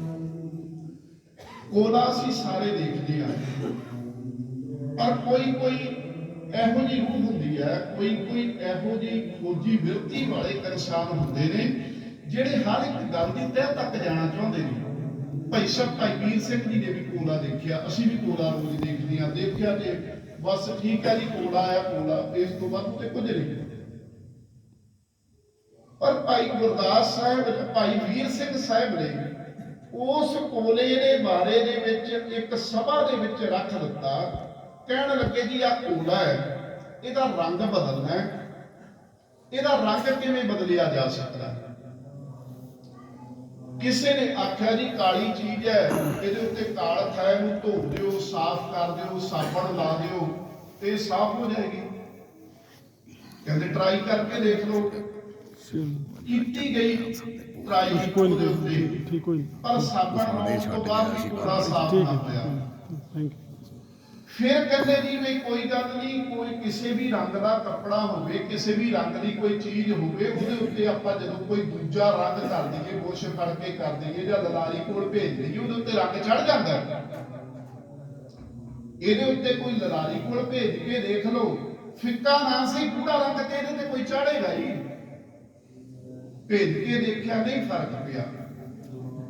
ਭਾਈ ਵੀਰ ਸਿੰਘ ਸਾਹਿਬ ਕਹਿਣ ਲੱਗੇ ਨਹੀਂ, ਇਹਨੂੰ ਦੇਖਣਾ ਪਵੇਗਾ ਇਹ ਕਾਲਾ ਹੋਇਆ ਕਿਉਂ ਹੈ। ਫਿਰ ਉਹਦੇ ਉੱਤੇ ਪਰਖ ਕੀਤੀ ਗਈ। ਕਹਿਣ ਲੱਗੇ ਸਾਬਣ ਲਾਲਾ ਧੋਤਾ ਕੂੜਾ, ਦੁੱਧ ਦਹੀਂ ਵਿੱਚ ਪਾਇਆ, ਖੁੰਭ ਚਾੜ ਰੰਗਣ ਪੀਚੜਿਆ, ਰੰਗ ਨਾ ਕੋਸ ਬਟਾਇਆ। ਅਸਲ ਵਿੱਚ ਉਹ ਕਾਲਾ ਹੋਇਆ ਕਿਉਂ ਸੀ? ਵਿਛੜ ਕੇ ਕਾਲਖ ਸੀ ਆਈ, ਬਿਨ ਮਿਲਿਆ ਨਹੀਂ ਰਹਿੰਦੀ, ਅੰਗ ਅੱਗ ਦੇ ਲਾ ਕੇ ਦੇਖੋ ਚੜਦਾ ਰੂਪ ਸਵਾਇਆ। ਅਸਲ ਵਿੱਚ ਜਿਹੜਾ ਆ ਸਾਡਾ ਜੀਵਨ ਦਾ ਸਫ਼ਰ ਸੀ ਨਾ ਜੀ, ਇਹ ਸਫ਼ਰ ਸੀ ਮਾਤਾ ਦੇ ਗਰਭ ਤੋਂ ਲੈ ਕੇ ਅੰਤਮ ਸੰਸਕਾਰ ਤੱਕ ਦਾ ਜਿਹੜਾ ਸਫ਼ਰ ਹੈ। ਇਹ ਸਾਡਾ ਜੀਵਨ ਦਾ ਸਫ਼ਰ ਜਿਹੜਾ ਹੈ। ਅਸੀਂ ਇਸ ਸਫ਼ਰ ਵਾਸਤੇ ਚਿੰਤਾ ਤੋਂ ਹੁੰਦੇ, ਅਸੀਂ ਗੁਰੂ ਦੇ ਕੋਲ ਜਾ ਕੇ ਬੈਠਦੇ, ਦਾਤਿਆ ਸਾਨੂੰ ਕੋਈ ਜੁਗਤ ਦੱਸ, ਸਾਨੂੰ ਕੋਈ ਰਹਿਮਤ ਦੱਸ ਕਿ ਸਾਡਾ ਇਹ ਸਫ਼ਰ ਜਿਹੜਾ ਇਹ ਵੀ ਸਫਲ ਹੋਵੇ। ਜਿਵੇਂ ਅਸੀਂ ਦੁਨੀਆ ਦੀ ਯਾਤਰਾ ਨੂੰ ਕਹਿੰਦੇ ਆ, ਸਾਡੀ ਯਾਤਰਾ ਸਫਲ ਹੋਵੇ। ਇਹ ਜਿਹੜੀ ਸਾਡੀ ਸੰਸਾਰਕ ਯਾਤਰਾ ਇਹ ਵੀ ਸਫਲ ਹੋਵੇ। ਅਸੀਂ ਅਨੰਦਾਂ ਦੀ ਪੁਰੀ ਦੇ ਵਾਸੀ ਬਣੀਏ ਕਿਵੇਂ? ਅਸੀਂ ਕਿਵੇਂ ਇਹ ਤਰੀਕਾ ਹੋ ਸਕਦਾ ਹੈ ਕਿ ਅਸੀਂ ਬੇਗਮਪੁਰੀ ਦੇ ਵਾਸੀ ਬਣ ਸਕੀਏ? ਜਦੋਂ ਤੋਂ ਇਹ ਕਾਇਨਾਤ ਦੀ ਸਿਰਜਣਾ ਹੋਈ, ਮਨੁੱਖ ਨੇ ਇਸ ਚੀਜ਼ ਦੀ ਖੋਜ ਕਰਨੀ ਸ਼ੁਰੂ ਕੀਤੀ ਕਿ ਇਹ ਜਿਹੜੀ ਸੁੰਦਰ ਕਾਇਨਾਤ ਬਣੀ ਹੋਈ ਹੈ, ਇਹ ਸੁੰਦਰ ਸ੍ਰਿਸ਼ਟੀ ਹੈ। ਸੁੰਦਰ ਪਹਾੜ ਨੇ, ਨਦੀਆਂ ਨੇ, ਬਾਗ ਨੇ, ਬਗੀਚੇ ਨੇ, ਤੇ ਹਰ ਰੋਜ਼ ਸਵੇਰੇ ਸੂਰਜ ਨਿਕਲਦਾ ਹੈ, ਉਹ ਆਪਣੀ ਡਿਊਟੀ ਨਿਭਾਉਂਦਾ, ਫਿਰ ਚੰਦਰਮਾ ਆ ਜਾਂਦਾ ਹੈ, ਉਹਦੀ ਵਾਰੀ ਹੈ। ਤੇ ਇਹਦੇ ਬਾਰੇ ਮਨੁੱਖ ਨੇ ਖੋਜਣਾ ਸ਼ੁਰੂ ਕਰ ਦਿੱਤਾ। ਖੋਜਦਿਆਂ ਮਨੁੱਖ ਇਸ ਗੱਲ ਦੇ ਉੱਤੇ ਪਹੁੰਚ ਗਿਆ ਕਿ ਅਸਲ ਵਿੱਚ ਇਸ ਸਾਰੇ ਵਰਤਾਰੇ ਦੇ ਪਿੱਛੇ ਕੋਈ ਅਗੰਮੀ ਸ਼ਕਤੀ ਹੈ, ਕੋਈ ਅਗੰਮੀ ਤਾਕਤ ਹੈ। ਉਸ ਅਗੰਮੀ ਤਾਕਤ ਦਾ ਪਤਾ ਲੱਗਣਾ ਚਾਹੀਦਾ। ਉਹ ਅਗੰਮੀ ਤਾਕਤ ਜਿਹੜੀ ਸੀ ਉਹ ਦ੍ਰਿਸ਼ਟ ਸੀ। ਉਸ ਅਦ੍ਰਿਸ਼ਟ ਸ਼ਕਤੀ ਤੱਕ ਪੁੱਜਣ ਵਾਸਤੇ ਮਨੁੱਖ ਨੇ ਅਨੇਕਾਂ ਯਤਨ ਕੀਤੇ ਨੇ। ਇਹਦੀ ਆਰੰਭ ਤੋਂ ਕੋਸ਼ਿਸ਼ਾਂ ਹੋਈਆਂ, ਪਰ ਆ ਸਾਡੇ ਦੇਸ਼ ਦੇ ਵਿੱਚ ਕੁਝ ਵੱਖਰੇ ਤਰੀਕੇ ਦੇ ਦੀਆਂ ਜੁਗਤਾਂ ਲੋਕਾਂ ਨੇ ਲੜਾਈਆਂ ਕਹਿਣ ਲੱਗੇ ਕਿ ਜੇ ਉਸ ਦਾਤੇ ਨੂੰ ਮਿਲਣਾ, ਜੇ ਉਸ ਅਦ੍ਰਿਸ਼ਟ ਸ਼ਕਤੀ ਤੱਕ ਪੁੱਜਣਾ, ਜੇ ਉਸ ਕਾਇਨਾਤ ਦੇ ਸਿਰਜਣਹਾਰੇ ਤੱਕ ਪੁੱਜਣਾ, ਤੇ ਇੱਕੋ ਇੱਕ ਤਰੀਕਾ ਕਿ ਇਸ ਧਰਤੀ ਦੇ ਉੱਤੇ ਜਿੱਥੇ ਜਿੱਥੇ ਵਗਦੇ ਪਾਣੀ ਨੇ ਉਹ ਤੀਰਥ ਅਸਥਾਨ ਨੇ, ਉਹਨਾਂ ਤੀਰਥਾਂ ਦੇ ਉੱਤੇ ਜਾ ਕੇ ਇਸ਼ਨਾਨ ਕਰੋ, ਰੱਬ ਮਿਲ ਜਾਵੇ। ਕੋਈ ਦੂਜਾ ਉੱਠਿਆ, ਉਹਨੇ ਇੱਕ ਸਿਧਾਂਤ ਦਿੱਤਾ, ਉਹ ਕਹਿੰਦਾ ਨਹੀਂ ਇਦਾਂ ਨਹੀਂ ਹੁੰਦੀ। ਅਸਲ ਵਿੱਚ ਬਾਹਰ ਦਾ ਰੌਲਾ ਬਹੁਤ ਹੈ। ਇਸ ਰੌਲੇ ਤੋਂ ਬਚਣ ਵਾਸਤੇ ਕਿਤੇ ਇਕਾਂਤਵਾਸ ਹੋ ਕੇ, ਪਹਿਲੇ ਤੇ ਜਗ੍ਹਾ ਇਦਾਂ ਦੀ ਹੋਵੇ ਜਿੱਥੇ ਇਕਾਂਤ ਹੋਵੇ, ਜਿੱਥੇ ਕੋਈ ਆਵਾਜ਼ ਨਾ ਹੋਵੇ, ਉੱਥੇ ਤੁਸੀਂ ਵੀ ਚੁੱਪ ਕਰਕੇ ਬਹਿ ਜਾਓ, ਸੁੰਨ ਸਮਾਧੀ ਲਾ ਕੇ ਬੈਠ ਜਾਓ, ਰੱਬ ਮਿਲ ਸਕਦਾ। ਉਹ ਕਾਇਨਾਤ ਦਾ ਸਿਰਜਣਹਾਰ ਮਿਲ ਸਕਦਾ। ਫਿਰ ਤੀਸਰੇ ਨੇ ਕੋਸ਼ਿਸ਼ ਕੀਤੀ, ਕਹਿਣ ਲੱਗਾ ਨਹੀਂ ਅਸੀਂ ਤੇ ਖਾਈ ਜਾਂਦੇ ਆ, ਖਾਈ ਜਾਂਦੇ ਆ, ਖਾਈ ਜਾਂਦੇ ਆ, ਕੁਝ ਦਿਨ ਉਹਦੇ ਨਾਮ ਦੇ ਉੱਤੇ ਭੁੱਖੇ ਰਹੋ। ਉਹ ਸ੍ਰਿਸ਼ਟੀ ਦੇ ਮਾਲਕ ਤੱਕ ਪੁੱਜਣਾ ਨਾ, ਆਪਣੇ ਸਰੀਰ ਨੂੰ ਦੁੱਖ ਦਿਓ, ਭੁੱਖੇ ਰਹੋ, ਫਿਰ ਉਹ ਆ ਕੇ ਪੁੱਛਣਾ ਆਵੇਗਾ ਕਿ ਪੁੱਤ ਤੂੰ ਭੁੱਖਾ ਕਿਉਂ ਬੈਠਾ, ਕਿਉਂ ਸਰੀਰ ਨੂੰ ਤੰਗੀ ਦੇਣ ਲੱਗਾ। ਕਹਿੰਦੇ ਇਸ ਤਰੀਕੇ ਨਾਲ ਰੱਬ ਮਿਲਦਾ। ਗੁਰੂ ਨਾਨਕ ਪਿਤਾ ਮਹਾਰਾਜ ਕਹਿਣ ਲੱਗੇ ਨਹੀਂ ਇਹ ਗੱਲਾਂ ਨਹੀਂ। ਕਈ ਮੇਰੇ ਵਰਗੇ ਜ਼ਿਆਦਾ ਸਿਆਣੇ ਸੀ, ਉਹ ਕਹਿੰਦੇ ਨਹੀਂ ਜੀ ਨਹੀਂ, ਸਾਡੇ ਵੱਡੇ ਬਜ਼ੁਰਗਾਂ ਨੇ ਵੱਡੇ ਵੱਡੇ ਗ੍ਰੰਥ ਲਿਖ ਦਿੱਤੇ, ਉਹਨਾਂ ਗ੍ਰੰਥਾਂ ਦੇ ਵਿੱਚੋਂ, ਉਹਨਾਂ ਵੇਦਾਂ ਦੇ ਵਿੱਚੋਂ, ਉਹਨਾਂ ਸਿਮਰਤੀਆਂ ਦੇ ਵਿੱਚੋਂ, ਉਹਨਾਂ ਸ਼ਾਸਤਰਾਂ ਦੇ ਵਿੱਚੋਂ ਗਿਆਨ ਹਾਸਲ ਕਰਨਾ ਚਾਹੀਦਾ। ਮਨੁੱਖ ਨੂੰ ਗਿਆਨ ਹੀ ਇੰਨਾ ਕੁ ਹੋ ਜਾਵੇ, ਮਨੁੱਖ ਦੇ ਕੋਲ ਸਿਆਣਪਾਂ ਹੀ ਇੰਨੀਆਂ ਕੁ ਆ ਜਾਣ, ਚਤਰਾਈਆਂ ਹੀ ਇੰਨੀਆਂ ਕੁ ਆ ਜਾਣ, ਚਤਰਾਈਆਂ ਦੇ ਨਾਲ ਹੀ ਰੱਬ ਮਿਲਦਾ। ਬਾਦਸ਼ਾਹ ਕਹਿਣ ਲੱਗੇ ਨਹੀਂ ਸੱਜਣਾ, ਇਹ ਕੋਈ ਤਰੀਕਾ ਨਹੀਂ। ਸਤਿਗੁਰੂ ਜੀ ਕਹਿਣ ਲੱਗੇ ਸੋਚੈ ਸੋਚ ਨਾ ਹੋ ਗਈ। ਸਿੱਖ ਦੀ ਤੇ ਆਰੰਭਤਾ ਹੀ ਇੱਥੋਂ ਹੁੰਦੀ ਹੈ ਜੀ। ਧੰਨ ਸ਼੍ਰੀ ਗੁਰੂ ਗ੍ਰੰਥ ਸਾਹਿਬ ਜੀ ਦੀ ਆਰੰਭਤਾ ਦੇ ਵਿੱਚ, ਆਰੰਭ ਦੇ ਵਿੱਚ ਮੂਲ ਮੰਤਰ, ਫਿਰ ਉਸ ਤੋਂ ਬਾਅਦ ਜਦੋਂ ਜਪਜੀ ਸਾਹਿਬ ਜੀ ਦੀ ਪਾਵਨ ਬਾਣੀ ਆਰੰਭ ਹੁੰਦੀ ਹੈ ਨਾ, ਸ਼ਲੋਕ ਤੋਂ ਬਾਅਦ ਪਹਿਲੀ ਪੌੜੀ ਇਸੇ ਗੱਲ ਦੀ ਸਤਿਗੁਰਾਂ ਨੇ ਉਚਾਰਨ ਕੀਤੀ, ਕਹਿਣ ਲੱਗੇ ਸੋਚੈ ਸੋਚ ਨਾ ਹੋਵੇ। ਇੱਥੇ ਸੋਚ ਦਾ ਅਰਥ ਸੋਚਣਾ ਨਹੀਂ, ਇੱਥੇ ਸੋਚ ਦਾ ਅਰਥ ਹੈ ਸੁਚਮਤਾ। ਕਹਿਣ ਲੱਗੇ ਸੁਚਮਤਾ ਕਰਨ ਦੇ ਨਾਲ ਆਪਣੇ ਸਰੀਰ ਨੂੰ ਤੀਰਥਾਂ ਤੇ ਜਾ ਕੇ ਇਸ਼ਨਾਨ ਕਰਕੇ ਪਵਿੱਤਰ ਕਰਨ ਦੇ ਨਾਲ, ਰੋਜ਼ਾਨਾ ਦਾ ਜਿਹੜਾ ਸਰੀਰ ਨੂੰ ਤੰਦਰੁਸਤ ਰੱਖਣ ਵਾਸਤੇ ਇਸ਼ਨਾਨ ਕਰਨਾ ਹੈ, ਉਹ ਇੱਕ ਵੱਖਰੀ ਗੱਲ ਹੈ, ਉਹ ਜ਼ਰੂਰੀ ਹੈ। ਪਰ ਸਿਰਫ ਇਹ ਗੱਲ ਮੰਨ ਕੇ ਕਿ ਮੈਂ ਆਪਣੇ ਸਰੀਰ ਨੂੰ ਤੀਰਥ ਦੇ ਉੱਤੇ ਜਾ ਕੇ ਇਸ਼ਨਾਨ ਕਰਵਾ ਕੇ ਤੇ ਫਿਰ ਪਵਿੱਤਰ ਕਰਕੇ ਰੱਬ ਤੱਕ ਪੁੱਜ ਸਕਦਾ, ਕਹਿਣ ਲੱਗੇ ਰੱਬ ਇਹਦੇ ਵਿੱਚ ਨਹੀਂ ਰੀਝਦਾ। ਸੋਚੈ ਸੋਚ ਨਾ ਹੋ ਗਈ, ਇੱਕ ਵਾਰ ਨਹੀਂ, ਦੋ ਵਾਰ ਨਹੀਂ, ਜੇ ਸੋਚੀ ਲੱਖ ਵਾਰ। ਸਾਡੇ ਕੋਲ ਉਦਾਹਰਨ ਹੈ, ਬਾਬਾ ਅਮਰਦਾਸ ਸਾਹਿਬ 1 ਸਾਲ ਨਹੀਂ, ਲਗਾਤਾਰ 20 ਸਾਲ, ਲਗਾਤਾਰ 21 ਸਾਲ ਤੀਰਥ ਯਾਤਰਾ ਤੇ ਜਾਂਦੇ ਰਹੇ, ਤੀਰਥ ਇਸ਼ਨਾਨ ਕਰਨ ਵਾਸਤੇ ਜਾਂਦੇ ਰਹੇ, ਪੁੰਨ ਦਾਨ ਵੀ ਕਰਦੇ ਨੇ, ਸਾਰਾ ਕੁਝ ਕਰਦੇ ਨੇ, ਸਾਰੇ ਧਰਮ ਦੇ ਕੰਮ ਕਰਦੇ ਨੇ। ਪਰ ਇੱਕ ਦਿਨ ਠੋਕਰ ਵੱਜੀ, ਪਤਾ ਲੱਗਾ ਕਿ ਮੇਰਾ ਇਹ ਤੀਰਥਾਂ ਦੇ ਉੱਤੇ ਜਾਣਾ ਜਿਹੜਾ ਹੈ ਉਹ ਦਾਤੇ ਦੇ ਦਰ ਦੇ ਉੱਤੇ ਮਨਜ਼ੂਰ ਨਹੀਂ, ਮੈਨੂੰ ਯੋਗ ਅਗਵਾਈ ਦੀ ਲੋੜ ਹੈ। ਫਿਰ ਚਿੰਤਾਤੁਰ ਹੋਏ ਕਿ ਇਹ ਜੀਵਨ ਯਾਤਰਾ ਕਿਵੇਂ ਸਫਲ ਹੋਵੇ। ਜਦੋਂ ਚਿੰਤਾ ਹੁੰਦੀ ਹੈ ਨਾ ਜੀ, ਉਦੋਂ ਅਸੀਂ ਸੌਂਦੇ ਨਹੀਂ, ਨੀਂਦ ਨਹੀਂ ਆਉਂਦੀ। ਅੰਮ੍ਰਿਤ ਵੇਲਾ ਹੋਇਆ, ਕੰਨਾਂ ਦੇ ਵਿੱਚ ਇੱਕ ਮਿੱਠੀ ਜਿਹੀ ਆਵਾਜ਼ ਪਈ, ਉਹ ਬਾਣੀ ਦੀ ਆਵਾਜ਼ ਜਿਹੜੀ ਮਧਾਣੀ ਦੇ ਨਾਲ ਨਾਲ ਆਉਂਦੀ ਸੀ, ਤੁਰੇ ਉਸ ਆਵਾਜ਼ ਵੱਲ ਨੂੰ। ਦੇਖਿਆ ਨਾਲ ਦੇ ਘਰ ਮੇਰੀ ਭਤੀਜ ਨੂੰ ਹੈ, ਕੋਈ ਸੰਗ ਨਹੀਂ, ਕੋਈ ਸ਼ਰਮ ਨਹੀਂ, ਜਾ ਕੇ ਹੱਥ ਜੋੜ ਕੇ ਖੜ ਗਿਆ, ਧੀਏ ਕੀ ਪੜ੍ਹਦੀ ਹੈ? ਕਹਿਣ ਲੱਗੀ ਗੁਰੂ ਨਾਨਕ ਦੀ ਬਾਣੀ ਹੈ। ਕਹਿੰਦੇ ਕਿੱਥੇ ਮਿਲ ਸਕਦੇ ਆ ਗੁਰੂ ਨਾਨਕ ਨੂੰ? ਕਹਿਣ ਲੱਗੇ ਉਹਨਾਂ ਦੀ ਜਗ੍ਹਾ ਤੇ ਅੱਜ ਮੇਰੇ ਪਿਤਾ ਜੀ ਨੇ, ਤੁਹਾਡੇ ਕੁੜਮ ਨੇ, ਪੁੱਤ ਜਿੰਨੀ ਜਲਦੀ ਹੋ ਸਕਦਾ ਮੈਨੂੰ ਆਪਣੇ ਪਿਤਾ ਜੀ ਦੇ ਕੋਲ ਲੈ ਜਾ। ਗਏ ਗੁਰੂ ਅੰਗਦ ਪਿਤਾ ਮਹਾਰਾਜ ਦੇ ਕੋਲ, ਬਾਹਰ ਖੜੇ ਹੋ ਗਏ, ਬੀਬੀ ਨੂੰ ਪੁੱਛਿਆ ਪਾਤਸ਼ਾਹ ਨੇ, ਕਹਿਣ ਲੱਗੇ ਪੁੱਤ ਜਿਹਨੂੰ ਨਾਲ ਲੈ ਕੇ ਆਈਦਾ ਨਾ, ਉਹਦਾ ਸਫ਼ਰ ਪੂਰਾ ਕਰਵਾਈਦਾ, ਉਹ ਅੱਧ ਬਾਟੇ ਨਹੀਂ ਛੱਡੀਦਾ। ਕਹਿਣ ਲੱਗੇ ਪਿਤਾ ਜੀ ਉਹ ਅੰਦਰ ਨਹੀਂ ਆਏ, ਉਹ ਕੁਝ ਜਪਦੇ ਨੇ। ਗੁਰੂ ਅੰਗਦ ਸਾਹਿਬ ਗਏ, ਕੁੜਮਾਚਾਰੀ ਵਾਲੀ ਕੀਤੀ ਜਾ ਕੇ, ਜੋ ਵੀ ਉਹਨਾਂ ਦੀ ਰਿਸਪੈਕਟ ਕਰਨੀ ਸੀ, ਆਦਰ ਮਾਣ ਕੁੜਮਾਚਾਰੀ ਵਾਲਾ ਕੀਤਾ। ਪਰ ਢਹਿ ਪਏ ਚਰਨਾਂ ਦੇ ਉੱਤੇ ਕਹਿਣ ਲੱਗੇ, ਦਾਤਿਆ ਅੱਜ ਮੈਂ ਤੇਰੇ ਦਰ ਦੇ ਉੱਤੇ ਕੁੜਮ ਬਣ ਕੇ ਨਹੀਂ ਆਇਆ, ਅੱਜ ਤੇ ਮੈਂ ਤੇਰੇ ਕੋਲ ਕੁਝ ਲੈਣ ਵਾਸਤੇ ਆਇਆ। ਮੇਰੀ ਜ਼ਿੰਦਗੀ ਦੇ 62 ਸਾਲ ਨਿਸਫਲ ਗਏ। ਮੈਂ ਰਹਿੰਦੇ ਜਿਹੜੇ ਦਿਨ ਨੇ, ਜਿਹੜੇ ਮੇਰੇ ਸਾਲ ਨੇ, ਮੈਂ ਉਹਨਾਂ ਨੂੰ ਸਫਲ ਕਰਨ ਵਾਸਤੇ ਤੇਰੇ ਦਰ ਦੇ ਉੱਤੇ ਆਇਆ। ਮੈਂ ਆਪਣੀ ਜੀਵਨ ਯਾਤਰਾ ਨੂੰ ਸਫਲ ਕਰਨ ਵਾਸਤੇ ਤੇਰੇ ਦਰ ਦੇ ਉੱਤੇ ਆਇਆ। ਮੈਨੂੰ ਰਾਸ ਪੂੰਜੀ ਦੇ ਜਿਹੜੀ ਇਸ ਸਫਰ ਦੇ ਵਿੱਚ ਮੇਰਾ ਸਹਾਰਾ ਬਣ ਸਕੇ। ਮੈਨੂੰ ਉਹ ਭੋਜਨ ਪਦਾਰਥ ਨੇ ਜਿਹੜਾ ਮੇਰੀ ਰਹਿੰਦੇ ਸਫਰ ਦੇ ਵਿੱਚ ਮੇਰੇ ਖਾਣ ਵਾਸਤੇ ਮੇਰੇ ਕੋਲ ਹੋਵੇ। ਮੈਨੂੰ ਉਹ ਪਹਿਨਣ ਵਾਸਤੇ ਕੱਪੜਾ ਦੇ ਜਿਹੜਾ ਆਉਣ ਵਾਲੇ ਸਮੇਂ ਦੇ ਵਿੱਚ ਮੈਂ ਤੇ ਦੁਨਿਆਵੀ ਕੱਪੜਿਆਂ ਨਾਲ ਆਪਣਾ ਨੰਗ ਢੱਕਿਆ। ਦਾਤਿਆ ਜਿਹੜੀ ਮੇਰੀ ਜ਼ਿੰਦਗੀ ਆ 62 ਸਾਲ ਦੀ ਆਰਜਾ ਤੋਂ ਉੱਪਰਲੀ ਆ, ਮੈਨੂੰ ਕੋਈ ਐਸਾ ਵਸਤਰ ਦੇ ਜਿਹੜਾ ਮੇਰਾ ਨੰਗ ਢੱਕਿਆ ਜਾਵੇ। 12 ਸਾਲ ਲਗਾਤਾਰ ਗੁਰੂ ਬਾਬੇ ਦੀ ਸੇਵਾ ਕਰਕੇ ਫਿਰ ਉਹ ਪਦਵੀ ਪ੍ਰਾਪਤ ਕੀਤੀ। ਧੰਨ ਗੁਰੂ ਨਾਨਕ ਦਾ ਰੂਪ ਬਣ ਕੇ ਤੀਜਾ ਸਰੀਰ ਗੁਰੂ ਨਾਨਕ ਦਾ, ਤੀਜੇ ਥਾਂ ਜੋਤ ਟਿੱਕੀ ਗੁਰੂ ਨਾਨਕ ਦੀ। ਧੰਨ ਗੁਰੂ ਅਮਰਦਾਸ ਪਿਤਾ ਮਹਾਰਾਜ ਬਣ। ਸੋਚਿਆ ਸੋਚ ਨਾ ਹੋ ਗਈ, ਜੇ ਸੋਚੀ ਲੱਖ ਵਾਰ।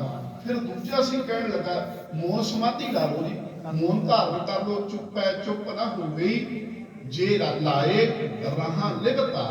ਕਹਿੰਦੇ ਜਿਹੜਾ ਅੰਦਰ ਨਾ ਤੇਰਾ ਅੰਦਰਲਾ ਰੋਲਾ, ਅਪਮਾਨ, ਕ੍ਰੋਧ, ਲੋਭ, ਮੋਹ, ਹੰਕਾਰ, ਵਕਾਰ, ਲਾਲਚ, ਈਰਖਾ, ਦਵੈਸ਼, ਸਾੜਾ, ਇਹ ਨਹੀਂ ਖਤਮ ਹੋਣਾ ਜਿੰਨੀ ਮਰਜੀ ਦੇਰ ਚੁੱਪ ਕਰਕੇ ਬੈਠਾ ਰਹੇ। ਜਿੰਨੀ ਦੇਰ ਤੱਕ ਇਸ ਰਸਨਾ ਤੋਂ ਉਸ ਰੱਬ ਜੀ ਦਾ ਨਾਮ ਨਹੀਂ ਲਿਆ, ਜਿੰਨੀ ਦੇਰ ਤੱਕ ਉਹਨੂੰ ਯਾਦ ਨਹੀਂ ਕੀਤਾ। ਪਾਤਸ਼ਾਹ ਦਾ ਫਰਮਾਨ ਨਾ ਅਸੀਂ ਰੋਜ਼ ਪੜ੍ਹਦੇ ਆ ਜੀ, ਜੇ ਜੁਗ ਚਾਰੇ ਆਰ ਜਾਂ ਹੋਰ ਦਸੂਣੀ ਹੋਏ, ਨਵਾਂ ਖੰਡਾਂ ਵਿੱਚ ਜਾਣੀਏ ਨਾਲ ਚੱਲੇ ਸਭ ਕੋਏ, ਚੰਗਾ ਨਾਉ ਰਖਾਏ ਕੈ ਜਸ ਕੀਰਤ ਜਗ ਲੈ, ਜੇ ਤਿਸ ਨਦਰ ਨਾ ਆਵੇ। ਉਮਰ ਵੀ ਲੰਬੀ ਕਰ ਲਈ, ਸਾਹ ਰੋਕ ਲਏ, ਚੁੱਪ ਹੋ ਗਏ, ਬੜੀ ਦੇਰ ਬੈਠੇ ਰਹੇ ਸੁਧ ਸਮਾਧੀਆਂ ਲਾ ਕੇ। ਨੌ ਵੀ ਬਹੁਤ ਵੱਡਾ ਹੋ ਗਿਆ, ਪਰ ਜੇ ਤਿਸ ਨਦਰ ਨਾ ਆਵੇ ਤਾਂ ਬਾਤ ਨਾ ਪੁੱਛਿਆ ਕਿ ਜੇ ਇਹਦੀ ਨਿਗਾਹ ਦੇ ਵਿੱਚ ਪ੍ਰਵਾਨ ਨਾ ਚੜੇ। ਫਿਰ ਮੋਨ ਸਮਾਧੀ ਲਾਉਣ ਦਾ ਵੀ ਕੋਈ ਫਾਇਦਾ ਨਹੀਂ। ਚੁੱਪ ਨਾ ਹੋਵੇ ਜੇ ਲਾਏ ਰਹਾ ਲਿਵਤਾਰ, ਭੁੱਖਿਆਂ ਭੁੱਖ ਨਾ ਉਤਰੀ। ਤੂੰ ਰੋਜ਼ੇ ਰੱਖ ਲੈ, ਵਰਤ ਰੱਖ ਲੈ, ਸਰੀਰ ਨੂੰ ਕਸ਼ਟ ਦੇਵੇਗਾ, ਇਸ ਤੋਂ ਵੱਧ ਹੋਰ ਕੁਝ ਨਹੀਂ। ਉਹ ਨਹੀਂ ਭਤੀਜਣ ਵਾਲਾ, ਉਹ ਨਹੀਂ ਤੇਰੇ ਉੱਤੇ ਕਿਰਪਾ ਕਰਨ ਵਾਲਾ। ਭੁੱਖਿਆਂ ਭੁੱਖ ਨਾ ਉਤਰੀ, ਜਿਵ ਬੰਨਾ ਪੁਰੀਆਂ ਭਾਰ, ਸਹਿਸ ਸਿਆਣਪਾਂ ਲੱਖ ਹੋਏ। ਜਿੰਨੀਆਂ ਮਰਜ਼ੀ ਚਤਰਾਈਆਂ, ਜਿੰਨੀਆਂ ਮਰਜ਼ੀ ਸਿਆਣਪਾਂ, ਇਹਦੇ ਦਰ ਦੇ ਉੱਤੇ ਕੰਮ ਨਹੀਂ ਆਉਣੀਆਂ। ਉਹ ਤੇਰੀਆਂ ਸਿਆਣਪਾਂ ਜਿਹੜੀਆਂ ਉੱਥੇ ਬਾਹਰ ਹੈ, ਦੁਨੀਆ ਨੂੰ 40 ਦਿਨਾਂ ਵਿਚਾਰਨਾ। ਇੱਥੇ ਆ ਕੇ ਤੇ ਤੇਰਾ ਸਾਰਾ ਕੁਝ ਨੰਗਾ ਹੋ ਜਾਣਾ ਹੈ। ਦੁਨੀਆ ਵਾਸਤੇ ਤੇਰਾ ਚੋਲਾ ਜਿਹੜਾ ਉਹ ਧਰਮੀ ਹੋ ਸਕਦਾ ਹੈ। ਦੁਨੀਆ ਵਾਸਤੇ ਤੇਰੇ ਪਾਈ ਹੋਈ ਗਾਤਰੇ ਕਿਰਪਾਨ ਹੋ ਸਕਦੀ ਹੈ, ਦੁਨੀਆ ਕਹਿ ਦੇਵੇ ਕਿ ਇਹ ਬੰਦਾ ਧਰਮੀ ਹੈ। ਹੋ ਸਕਦਾ ਦੁਨੀਆ ਮੇਰੀ ਗੱਲ ਦੇਖ ਕੇ, ਮੇਰਾ ਸਰੀਰ ਦੇਖ ਕੇ, ਮੇਰੀਆਂ ਗੱਲਾਂ ਸੁਣ ਕੇ, ਕਥਾ ਸੁਣ ਕੇ ਕਹਿ ਦੇਵੇ ਇਹ ਬੰਦਾ ਧਰਮੀ ਹੈ, ਪਰ ਮੇਰੇ ਕੁਕਰਮ ਇਹਦੇ ਕੋਲੋਂ ਲੁਕੇ ਹੋਏ ਨਹੀਂ। ਇਹਦੇ ਦਰ ਦੇ ਉੱਤੇ ਆ ਕੇ ਮੇਰੇ ਸਾਰੇ ਕੁਕਰਮ, ਉਹ ਚਿੱਠਾ ਮੇਰੇ ਸਾਹਮਣੇ CCTV ਜਿਹੜਾ ਲੱਗਾ ਸੀ, ਉਹ ਸਾਰਾ ਸਾਹਮਣੇ ਫਿਲਮ ਦਿਖਾ ਦੇਣੀ ਆ। ਪੁੱਤ ਆ ਜਾ, ਤੂੰ ਕਰਦਾ ਤੇ ਕਥਾ ਸੀ ਤੇ ਪਿੱਠ ਪਿੱਛੇ ਪੜਦੇ ਦੇ ਕਬਾੜ ਅਣਤ ਪਰਦੇ ਮੈਂ ਪਰਦਾਰਾ ਸੰਗ ਫੱਕ ਚਿੱਤਰ ਗੁਪਤ ਜਬ ਲੇਖਾ ਮੰਗੇ ਤਬ ਕੌਣ ਪਰਦਾ ਤੇਰਾ ਟੱਕ। ਸਹਿ ਸਿਆਣਪਾ ਲੱਖ ਹੋਏ ਤਾਂ ਇੱਕ ਨਾ ਚੱਲੇ ਨਾ। ਫਿਰ ਸਵਾਲ ਕੀਤਾ, ਦਾਤਿਆ ਕਿਵੇਂ ਸਚਿਆਰਾ ਹੋਈ ਹੈ? ਤੂੰ ਤੇ ਸਾਰੀਆਂ ਗੱਲਾਂ ਰੱਦ ਕਰ ਦਿੱਤੀਆਂ, ਕਿਵੇਂ ਸਚਿਆਰਾ ਹੋਈ ਹੈ? ਇਹ ਜੀਵਨ ਯਾਤਰਾ ਸਾਡੀ ਸਫਲ ਕਿਵੇਂ ਹੋਵੇ? ਕਿਵੇਂ ਸਚਿਆਰਾ ਹੋਈ ਹੈ? ਕਿਵੇਂ ਕੂੜਾ ਟੁੱਟੇ ਪਾਲ ਸਾਡੇ ਆਸ-ਪਾਸ ਬਣੀ ਹੋਈ, ਇਹ ਸਾਡੀ ਆਪਣੀ ਬਣਾਈ ਹੋਈ ਝੂਠ ਦੀ ਕੰਧ ਟੁੱਟੇ ਗਈ। ਕਿਵੇਂ ਸਚਿਆਰਾ ਹੋਈ ਹੈ? ਕਿ ਕੂੜਾ ਟੁੱਟੇ ਪਾਲ। ਦਾਤੇ ਨੇ ਬੜੀ ਕਮਾਲ ਦੀ ਗੱਲ ਕਹੀ ਸੀ। ਕਹਿਣ ਲੱਗੇ, ਸੱਜਣਾ ਇੱਕੋ ਇੱਕ ਤਰੀਕਾ ਹੈ ਕਿਵੇਂ ਸਚਿਆਰਾ ਹੋਈ ਹੈ, ਕਿ ਕੂੜਾ ਟੁੱਟੇ ਪਾਲ, ਹੁਕਮ ਰਜ਼ਾਈ ਚੱਲਣਾ। ਨਾਨਕ ਲਿਖਿਆ ਨਾਲ ਉਸ ਅਕਾਲ ਪੁਰਖ ਵਾਹਿਗੁਰੂ ਦੀ ਦਰਗਾਹ ਦੇ ਵਿੱਚ ਜੇ ਸਚਿਆਰਾ ਹੋਣਾ ਹੈ ਤੇ ਇੱਕੋ ਇੱਕ ਤਰੀਕਾ ਹੈ ਕਿ ਉਹਦੀ ਰਜ਼ਾ ਦੇ ਵਿੱਚ ਰਹਿਣਾ ਕਿਤੇ ਸਿੱਖ ਲੈ, ਉਹਦੇ ਹੁਕਮ ਦੇ ਅੰਦਰ ਕਿਤੇ ਰਹਿਣਾ ਸਿੱਖ ਲੈ। ਉਹਦੇ ਹੁਕਮ ਅਨੁਸਾਰ ਜਦੋਂ ਕਾਰਜ ਕਰੇਗਾ, ਫਿਰ ਤੇਰਾ ਆਉਣਾ ਜਿਹੜਾ ਉਹ ਪ੍ਰਵਾਨ ਹੋ ਜਾਵੇਗਾ, ਤੇਰਾ ਆਉਣਾ ਸਫਲ ਹੋ ਜਾਵੇਗਾ। ਸਾਧ ਸੰਗਤ ਇੱਕ ਛੋਟੀ ਜਿਹੀ ਵਾਰਤਾ ਹੈ। ਇੱਕ ਸੱਜਣ ਹੈ, ਉਹਨੇ ਨਾ ਜੀ ਆਪਣੀ ਜ਼ਿੰਦਗੀ ਦੇ ਵਿੱਚ 4 ਵਿਆਹ ਕਰਵਾਏ ਨੇ। 4 ਉਹਦੀਆਂ ਧਰਮ ਪਤਨੀਆਂ। ਉਹ ਆਪਣੀਆਂ 4 ਧਰਮ ਪਤਨੀਆਂ ਨੂੰ, 4 ਘਰ ਵਾਲੀਆਂ ਨੂੰ ਵੱਖ-ਵੱਖ ਤਰੀਕੇ ਦੇ ਨਾਲ ਉਹਨਾਂ ਦੇ ਨਾਲ ਉਹਦਾ ਵਿਵਹਾਰ ਹੈ। ਕਿਸੇ ਦੇ ਨਾਲ ਕਿਹੋ ਜਿਹਾ, ਕਿਸੇ ਦੇ ਨਾਲ ਕਿਹੋ ਜਿਹਾ, ਕਿਸੇ ਦੇ ਨਾਲ ਕਿਹੋ ਜਿਹਾ, 4 ਦੇ ਨਾਲ ਅਲੱਗ-ਅਲੱਗ ਵਿਵਹਾਰ ਹੈ। ਜਿਹੜੀ ਪਹਿਲੀ ਹੈ ਨਾ ਜੀ, ਇਹ ਪਹਿਨਣ ਦਾ, ਪੱਚਣ ਦਾ, ਇਹਦੀ ਗਰਮੀ ਦਾ, ਇਹਦੀ ਸਰਦੀ ਦਾ, ਹਰ ਤਰ੍ਹਾਂ ਦਾ ਬਹੁਤ ਖਿਆਲ ਰੱਖਦਾ ਹੈ। ਆਪਣੀ ਕਮਾਈ ਦੇ ਵਿੱਚੋਂ ਵਧੀਆ ਵਧੀਆ ਕੀਮਤੀ ਵਸਤਰ ਇਹਨੂੰ ਲੈ ਕੇ ਦੇਣੇ, ਸੁੰਦਰ ਗਹਿਣੇ ਲੈ ਕੇ ਦੇਣੇ, ਇਹਦੇ ਸੁੰਦਰ ਹਾਰ ਸ਼ਿੰਗਾਰ ਦਾ ਪ੍ਰਬੰਧ ਕਰਨਾ, ਇਹ ਆਪਣਾ ਪਹਿਲਾ ਫਰਜ਼ ਸਮਝਦਾ। ਹਰ ਤਰੀਕੇ ਨਾਲ ਉਹਨੂੰ ਸਜਾ ਕੇ ਰੱਖਦਾ ਹੈ, ਸੰਵਾਰ ਕੇ ਰੱਖਦਾ ਹੈ। ਸਰਦੀਆਂ ਆਉਂਦੀਆਂ, ਠੰਡ ਦਾ ਬੰਦੋਬਸਤ ਕਰਦਾ ਹੈ। ਕਦੇ ਘਰ ਦੇ ਵਿੱਚ ਹੀਟਰ ਲਾ, ਕਦੇ ਕੁਝ ਕਦੇ ਕੁਝ। ਗਰਮੀਆਂ ਦੇ ਦਿਨ ਆਉਂਦੇ ਨੇ, 에ਅਰ ਕੰਡੀਸ਼ਨ ਕੂਲਰਾਂ ਦੇ ਬੰਦੋਬਸਤ ਇਹਦੇ ਵਾਸਤੇ ਕਰਦਾ। ਹਰ ਤਰੀਕੇ ਦੇ ਨਾਲ ਇਹਦਾ ਖਿਆਲ ਰੱਖਦਾ। ਇਹ ਕਦੇ ਬਿਮਾਰ ਨਾ ਹੋ ਜਾਵੇ, ਇਹਦੀ ਦਵਾਈ ਦਾ ਵੀ ਪ੍ਰਬੰਧ। ਇਹਨੂੰ ਕੱਪੜੇ ਸੋਹਣੇ ਕਿਹੜੇ ਲੱਗਦੇ ਨੇ, ਚੰਗੇ ਕਿਹੜੇ ਲੱਗਦੇ ਨੇ, ਉਹਦਾ ਪ੍ਰਬੰਧ। ਇਹਦਾ ਹਾਰ ਸ਼ਿੰਗਾਰ ਕਿਹੋ ਜਿਹਾ ਹੋਵੇ, ਉਹਦਾ ਪ੍ਰਬੰਧ। ਇਹਦੀ ਗਰਮੀ ਦਾ, ਸਰਦੀ ਦਾ, ਕਿਤੇ ਜਾਣਾ ਆਉਣਾ, ਉਹਦਾ ਸਾਧਨ ਕੀ ਕਰਨਾ ਚਾਹੀਦਾ, ਉਹ ਸਾਰੇ ਪ੍ਰਬੰਧ ਇਹਦੇ ਇਹ ਕਰਦਾ। ਜਿਹੜੀ ਪਹਿਲੀ ਘਰ ਵਾਲੀ ਹੈ। ਇਹਦੀ ਜਿਹੜੀ ਦੂਸਰੇ ਨੰਬਰ ਦੀ ਘਰ ਵਾਲੀ ਹੈ, ਉਹਦੀ ਸ਼ੋਭਾ ਜਿਹੜੀ ਹੈ ਨਾ ਜੀ, ਉਹ ਦੁਨੀਆ ਦੇ ਵਿੱਚ ਇਹਦੇ ਨਾਲੋਂ ਵੱਧ ਹੈ। ਇਹ ਜਦੋਂ ਕਿਤੇ ਜਾਂਦਾ ਹੈ ਨਾ, ਉਹ ਇਹਦੇ ਨਾਲੋਂ 2 ਕਦਮ ਅੱਗੇ ਹੋ ਕੇ ਤੁਰਦੀ ਹੈ। ਈਵਨ ਕਿ ਜਦੋਂ ਉਹ ਕਿਤੇ ਗੁਰੂ ਘਰ ਵੀ ਆ ਜਾਵੇ ਤੇ ਉਹ ਉਹਦੇ ਨਾਲੋਂ 1 ਕਦਮ ਨੂੰ ਮੋਹਰੇ ਹੋ ਕੇ ਹੀ ਰਹਿੰਦੀ ਹੈ। ਜਿੱਥੇ ਵੀ ਉਹ ਜਾਂਦਾ ਹੈ ਤੇ ਉਹਦੀ ਵਡਿਆਈ ਉਹਦੇ ਕਰਕੇ ਹੁੰਦੀ ਹੈ ਜੀ। ਆਹ ਸਰਦਾਰ ਸਾਹਿਬ ਫਲਾਣਾ ਸਿੰਘ ਜੀ ਆ ਗਏ। ਕਾਰਨ ਇਹ ਹੈ ਕਿ ਉਹਦੀ ਜਿਹੜੀ ਉਹ ਧਰਮ ਪਤਨੀ ਹੈ ਦੂਜੇ ਨੰਬਰ ਵਾਲੀ, ਉਹ ਬੜੀ ਵੱਡੀ ਵਡਿਆਈ ਵਾਲੀ ਹੈ ਤੇ ਉਹਦੀ ਵਡਿਆਈ ਕਰਕੇ ਇਹਦੀ ਵੀ ਵਡਿਆਈ ਹੁੰਦੀ ਹੈ, ਇਹਦੀ ਵੀ ਸਿਫਤ ਹੁੰਦੀ ਹੈ ਤੇ ਇਹ ਵੀ ਧੌਣ ਉੱਚੀ ਕਰਕੇ ਤੁਰਦਾ ਹੈ। ਜਦੋਂ ਸਭਾ ਦੇ ਵਿੱਚ ਜਾਂਦਾ, ਸੁਸਾਇਟੀ ਵਿੱਚ ਜਾਂਦਾ, ਕਿਸੇ ਵੀ ਪਾਰਟੀ ਦੇ ਵਿੱਚ, ਕਿਸੇ ਵਿਆਹ ਸ਼ਾਦੀ, ਸਮਾਜਿਕ ਕਿਰਿਆਕਰਮ ਤੇ ਕਿਸੇ ਵੀ ਕਾਰਜ ਦੇ ਉੱਤੇ ਜਾਂਦਾ, ਇਹ ਦੂਜੀ ਘਰ ਵਾਲੀ ਕਰਕੇ ਆਪਣੀ ਵਡਿਆਈ ਸਮਝਦਾ। ਇੱਕ ਘਰ ਵਾਲੀ ਜਿਹੜੀ ਇਹਦੀ ਤੀਸਰੇ ਨੰਬਰ ਵਾਲੀ ਹੈ, ਇਹ ਕੁਝ ਥੋੜੀ ਜਿਹੀ ਵੱਖਰੇ ਤਰੀਕੇ ਦੀ ਹੈ। ਜਦੋਂ ਨਾ ਇਹਨੂੰ ਕੋਈ ਭੀੜਾ ਪੈਂਦੀ ਹੈ, ਇਹਨੂੰ ਕੋਈ ਦੁੱਖ ਹੁੰਦਾ ਹੈ, ਕੋਈ ਤਕਲੀਫ ਹੁੰਦੀ ਹੈ, ਕੋਈ ਗੱਲ ਹੁੰਦੀ ਹੈ, ਕੋਈ ਮਸਲਾ ਅੜ ਗਿਆ, ਕੋਈ ਸਮਾਜਿਕ ਮਸਲਾ, ਕਿਸੇ ਧੀ ਪੁੱਤ ਦਾ ਮਸਲਾ, ਕਿਸੇ ਭੈਣ ਭਰਾ ਦਾ ਮਸਲਾ, ਜਾਂ ਕਿਸੇ ਹੋਰ ਦਾ ਕੋਈ ਵੀ, ਈਵਨ ਕਿ ਸੜਕ ਤੇ ਜਾਂਦਿਆਂ ਕੋਈ ਇਹਦੇ ਨਾਲ ਦੁਰਘਟਨਾ ਵਾਪਰ ਗਈ ਤੇ ਉਹਦੇ ਬਾਰੇ ਇਹ ਸਹਾਰਾ ਭਾਲਣ ਵਾਸਤੇ ਇਹ ਆਪਣੀ ਤੀਜੇ ਨੰਬਰ ਵਾਲੀ ਕੋਲ ਜਾਂਦਾ ਹੈ। ਤੇ ਇਹ ਸਿਆਣੀ ਬੜੀ ਹੈ।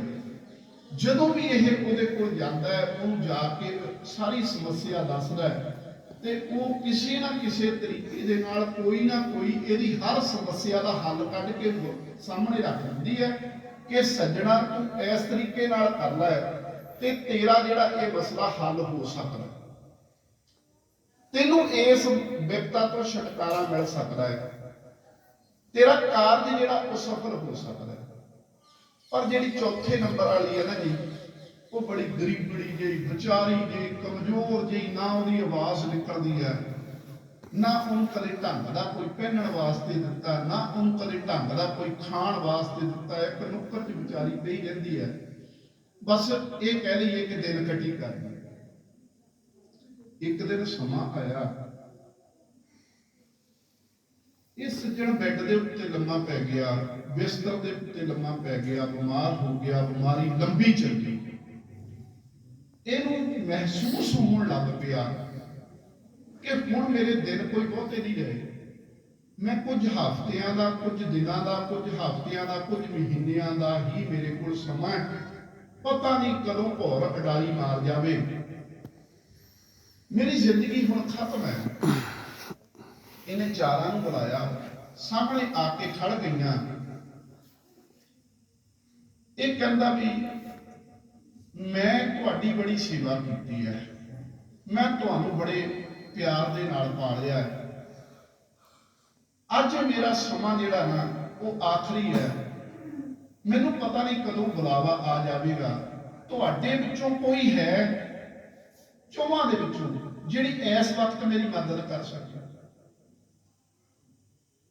ਕੋਈ ਹੈ ਜਿਹੜੀ ਮੇਰਾ ਸਹਾਰਾ ਬਣ ਸਕਦੀ ਹੈ? ਇਹਨੇ ਪਹਿਲੀ ਵਾਰ ਨੂੰ ਦੇਖਿਆ। ਪਹਿਲੀ ਕਿਹੜੀ ਸੀਗੀ? ਜਿਹਨੇ ਇਹ ਪਹਿਲਣ ਪੱਚਣ ਦਾ ਖਿਆਲ ਬੜਾ ਰੱਖਦਾ ਸੀ। ਉਹਦੇ ਵੱਲ ਨੂੰ ਦੇਖਿਆ, ਉਹ ਕਹਿੰਦੀ ਨਾ ਸੱਜਣਾ ਨਾ, ਤੇਰਾ ਤੇ ਮੇਰਾ ਸੰਬੰਧ ਇਸ ਸੰਸਾਰ ਦਾ ਹੈ। ਜਿੱਦਣ ਭੌਰ ਡਾਰੀ ਮਾਰ ਗਿਆ, ਤੇਰਾ ਤੇ ਮੇਰਾ ਕੋਈ ਲੈਣਾ ਦੇਣਾ ਨਹੀਂ। ਮੈਂ ਨਹੀਂ ਤੇਰੀ ਲੱਗਦੀ ਕੁਛ ਵੀ। ਆ ਜਿੰਨੀ ਦੇਰ ਤੇਰੇ ਸਾਹ ਚੱਲਦੇ ਆ ਮੈਂ ਉਨੀ ਦੇਰ ਤੇਰੀਆਂ, ਉਸ ਤੋਂ ਬਾਅਦ ਮੇਰਾ ਕੋਈ ਨਹੀਂ ਤੇਰੇ ਨਾਲ ਹਿਸਾਬ ਕਿਤਾਬ। ਇਹਨੇ ਦੂਜੀ ਵੱਲ ਨੂੰ ਦੇਖਿਆ। ਉਹਨੇ ਜਿਹੜੀ ਗੱਲ ਕਹੀ ਨਾ ਜੀ, ਉਹ ਤੁਹਾਨੂੰ ਚੁਭੂ ਥੋੜੀ ਜਿਹੀ ਕਿ ਕਿਹੋ ਜਿਹੀਆਂ ਗੱਲਾਂ ਨੇ। ਉਹ ਕਹਿੰਦੀ ਸੱਜਣਾ ਕੱਲ ਨੂੰ ਮਰਦਾ ਹੈ, ਅੱਜ ਮਰ ਜਾ। ਤੇਰੇ ਬਿਨਾ ਤੇਰੇ ਬਾਅਦ ਮੇਰੇ ਖਾਸਮ ਮੇਰੇ ਮਾਲਕ ਹੋਰ ਬਥੇਰੇ। ਤੂੰ ਕੱਲ ਨੂੰ ਮਰਦਾ, ਅੱਜ ਮਰ ਜਾ, ਮੈਨੂੰ ਕੋਈ ਪਰਵਾਹ ਨਹੀਂ, ਮੈਨੂੰ ਸਾਂਭਣ ਵਾਲੇ ਬਹੁਤ ਹੈ। ਇਹਨੇ ਤੀਜੀ ਵੱਲ ਨੂੰ ਦੇਖਿਆ। ਉਹ ਕਹਿੰਦੀ ਵੀ ਤੇਰੇ ਜਿਹੜੇ ਬਾਕੀ ਦੇ ਰਹਿੰਦੇ, ਮੈਂ ਤੇਰਾ ਸਾਥ ਤੇ ਨਹੀਂ ਦੇ ਸਕਦੀ। ਹਾਂ, ਜਿਹੜੇ ਤੇਰੇ ਕਾਰਜ ਰਹਿੰਦੇ ਹੋਏ ਉਹ ਜ਼ਰੂਰ ਪੂਰੇ ਕਰ ਦਿਆਂਗੇ। ਤੇਰਾ ਸੰਸਕਾਰ ਕਰਾਵਾਂਗੇ, ਜੋ ਰੀਤੀ ਰਿਵਾਜ ਨੇ ਉਹਦੇ ਅਨੁਸਾਰ ਤੇਰਾ ਭੋਗ ਪਵਾ ਦਿਆਂਗੇ, ਅੰਤਮ ਅਰਦਾਸ, ਲੰਗਰ ਪ੍ਰਸ਼ਾਦੇ। ਹਾਂ, ਤੇਰੇ ਧੀਆਂ ਪੁੱਤਰਾਂ ਦੀ ਜਾਇਦਾਦ ਦੀ ਵੰਡ ਵਗੈਰਾ ਜਾਂ ਹੋਰ ਵੀ ਜੋ ਤੇਰੇ ਬਾਅਦ ਵਿੱਚ ਰਹਿੰਦੇ ਹੋਏ ਮਸਲੇ ਉਹ ਤੇਰੇ ਹੱਲ ਕਰਵਾ ਦਊਂ। ਇਹ ਤੋਂ ਵੱਧ ਮੈਂ ਕੁਛ ਨਹੀਂ ਕਰ ਸਕਦਾ। ਹੁਣ ਚੌਥੀ ਵੱਲ ਨੂੰ ਦੇਖਣ ਦੀ ਇਹਦੀ ਹਿੰਮਤ ਤਾਂ ਹੈ ਨਹੀਂ ਸੀ, ਪਰ ਇਹਨੇ ਦੇਖਿਆ ਉਹ ਗਰੀਬੜੀ ਜਿਹੀ, ਉਹ ਵਿਚਾਰੀ ਜਿਹੀ, ਪਤਾ ਨਹੀਂ ਕਿੱਥੋਂ ਉਹਦੇ ਅੰਦਰਾਂ ਦੇ ਵਿੱਚੋਂ, ਹੱਡੀਆਂ ਦੇ ਵਿੱਚੋਂ ਆਵਾਜ਼ ਨਿਕਲੀ। ਉਹਨੇ ਮਿੱਠੀ ਜਿਹੀ ਆਵਾਜ਼ ਚ ਕਿਹਾ, ਉਹ ਕਹਿੰਦੀ ਸੱਜਣਾ ਤੈਂ ਮੇਰੇ ਬਾਰੇ ਕਦੇ ਕੋਈ ਬਹੁਤਾ ਸੋਚਿਆ ਤਾਂ ਨਹੀਂ, ਤੈਂ ਮੇਰੀ ਕਦੇ ਕੋਈ ਬਹੁਤੀ ਸੰਭਾਲ ਤੇ ਨਹੀਂ ਕੀਤੀ, ਪਰ ਹਾਂ ਜਿੰਨਾ ਕੁ ਤੂੰ ਮੇਰੇ ਵਾਸਤੇ ਕੀਤਾ ਨਾ, ਮੈਂ ਧੁਰ ਦਰਗਾਹ ਤੱਕ ਤੇਰਾ ਸਾਥ ਦਿਆ। ਕਮਾਲ ਦੀ ਗੱਲ। ਅਸਲ ਵਿੱਚ ਸਾਧ ਸੰਗਤ ਇਹ 4 ਵਿਆਹ ਸਾਡੇ ਸਾਰਿਆਂ ਦੇ ਹੋਏ ਨੇ। ਇਹ ਤੇ ਇੱਕ ਕਹਾਣੀ ਸਮਝਣ ਵਾਸਤੇ, ਅਸਲ ਵਿੱਚ ਇਹ ਸਾਡੇ ਸਾਰਿਆਂ ਦੇ ਨੇ। ਇਹ 4 ਧਰਮ ਪਤਨੀਆਂ, ਚਾਹੇ ਕੋਈ ਆਦਮੀ ਆ ਚਾਹੇ ਕੋਈ ਔਰਤ, ਇਹ ਸਾਰਿਆਂ ਦੀਆਂ ਨੇ। ਹੁਣ ਸਮਝ ਲਈਏ ਕਿ 4 ਕੌਣ ਨੇ। ਪਹਿਲੀ, ਜਿਹੜੇ ਅਸੀਂ ਸਰੀਰ ਦਾ ਖਿਆਲ ਰੱਖਦੇ ਹਾਂ, ਜਿਹਦਾ ਅਸੀਂ ਪਹਿਨਣ ਦਾ, ਪਚਣ ਦਾ, ਹਾਰ ਦਾ, ਸ਼ਿੰਗਾਰ ਦਾ, ਉਹ ਹੈ ਸਾਡਾ ਸਰੀਰ।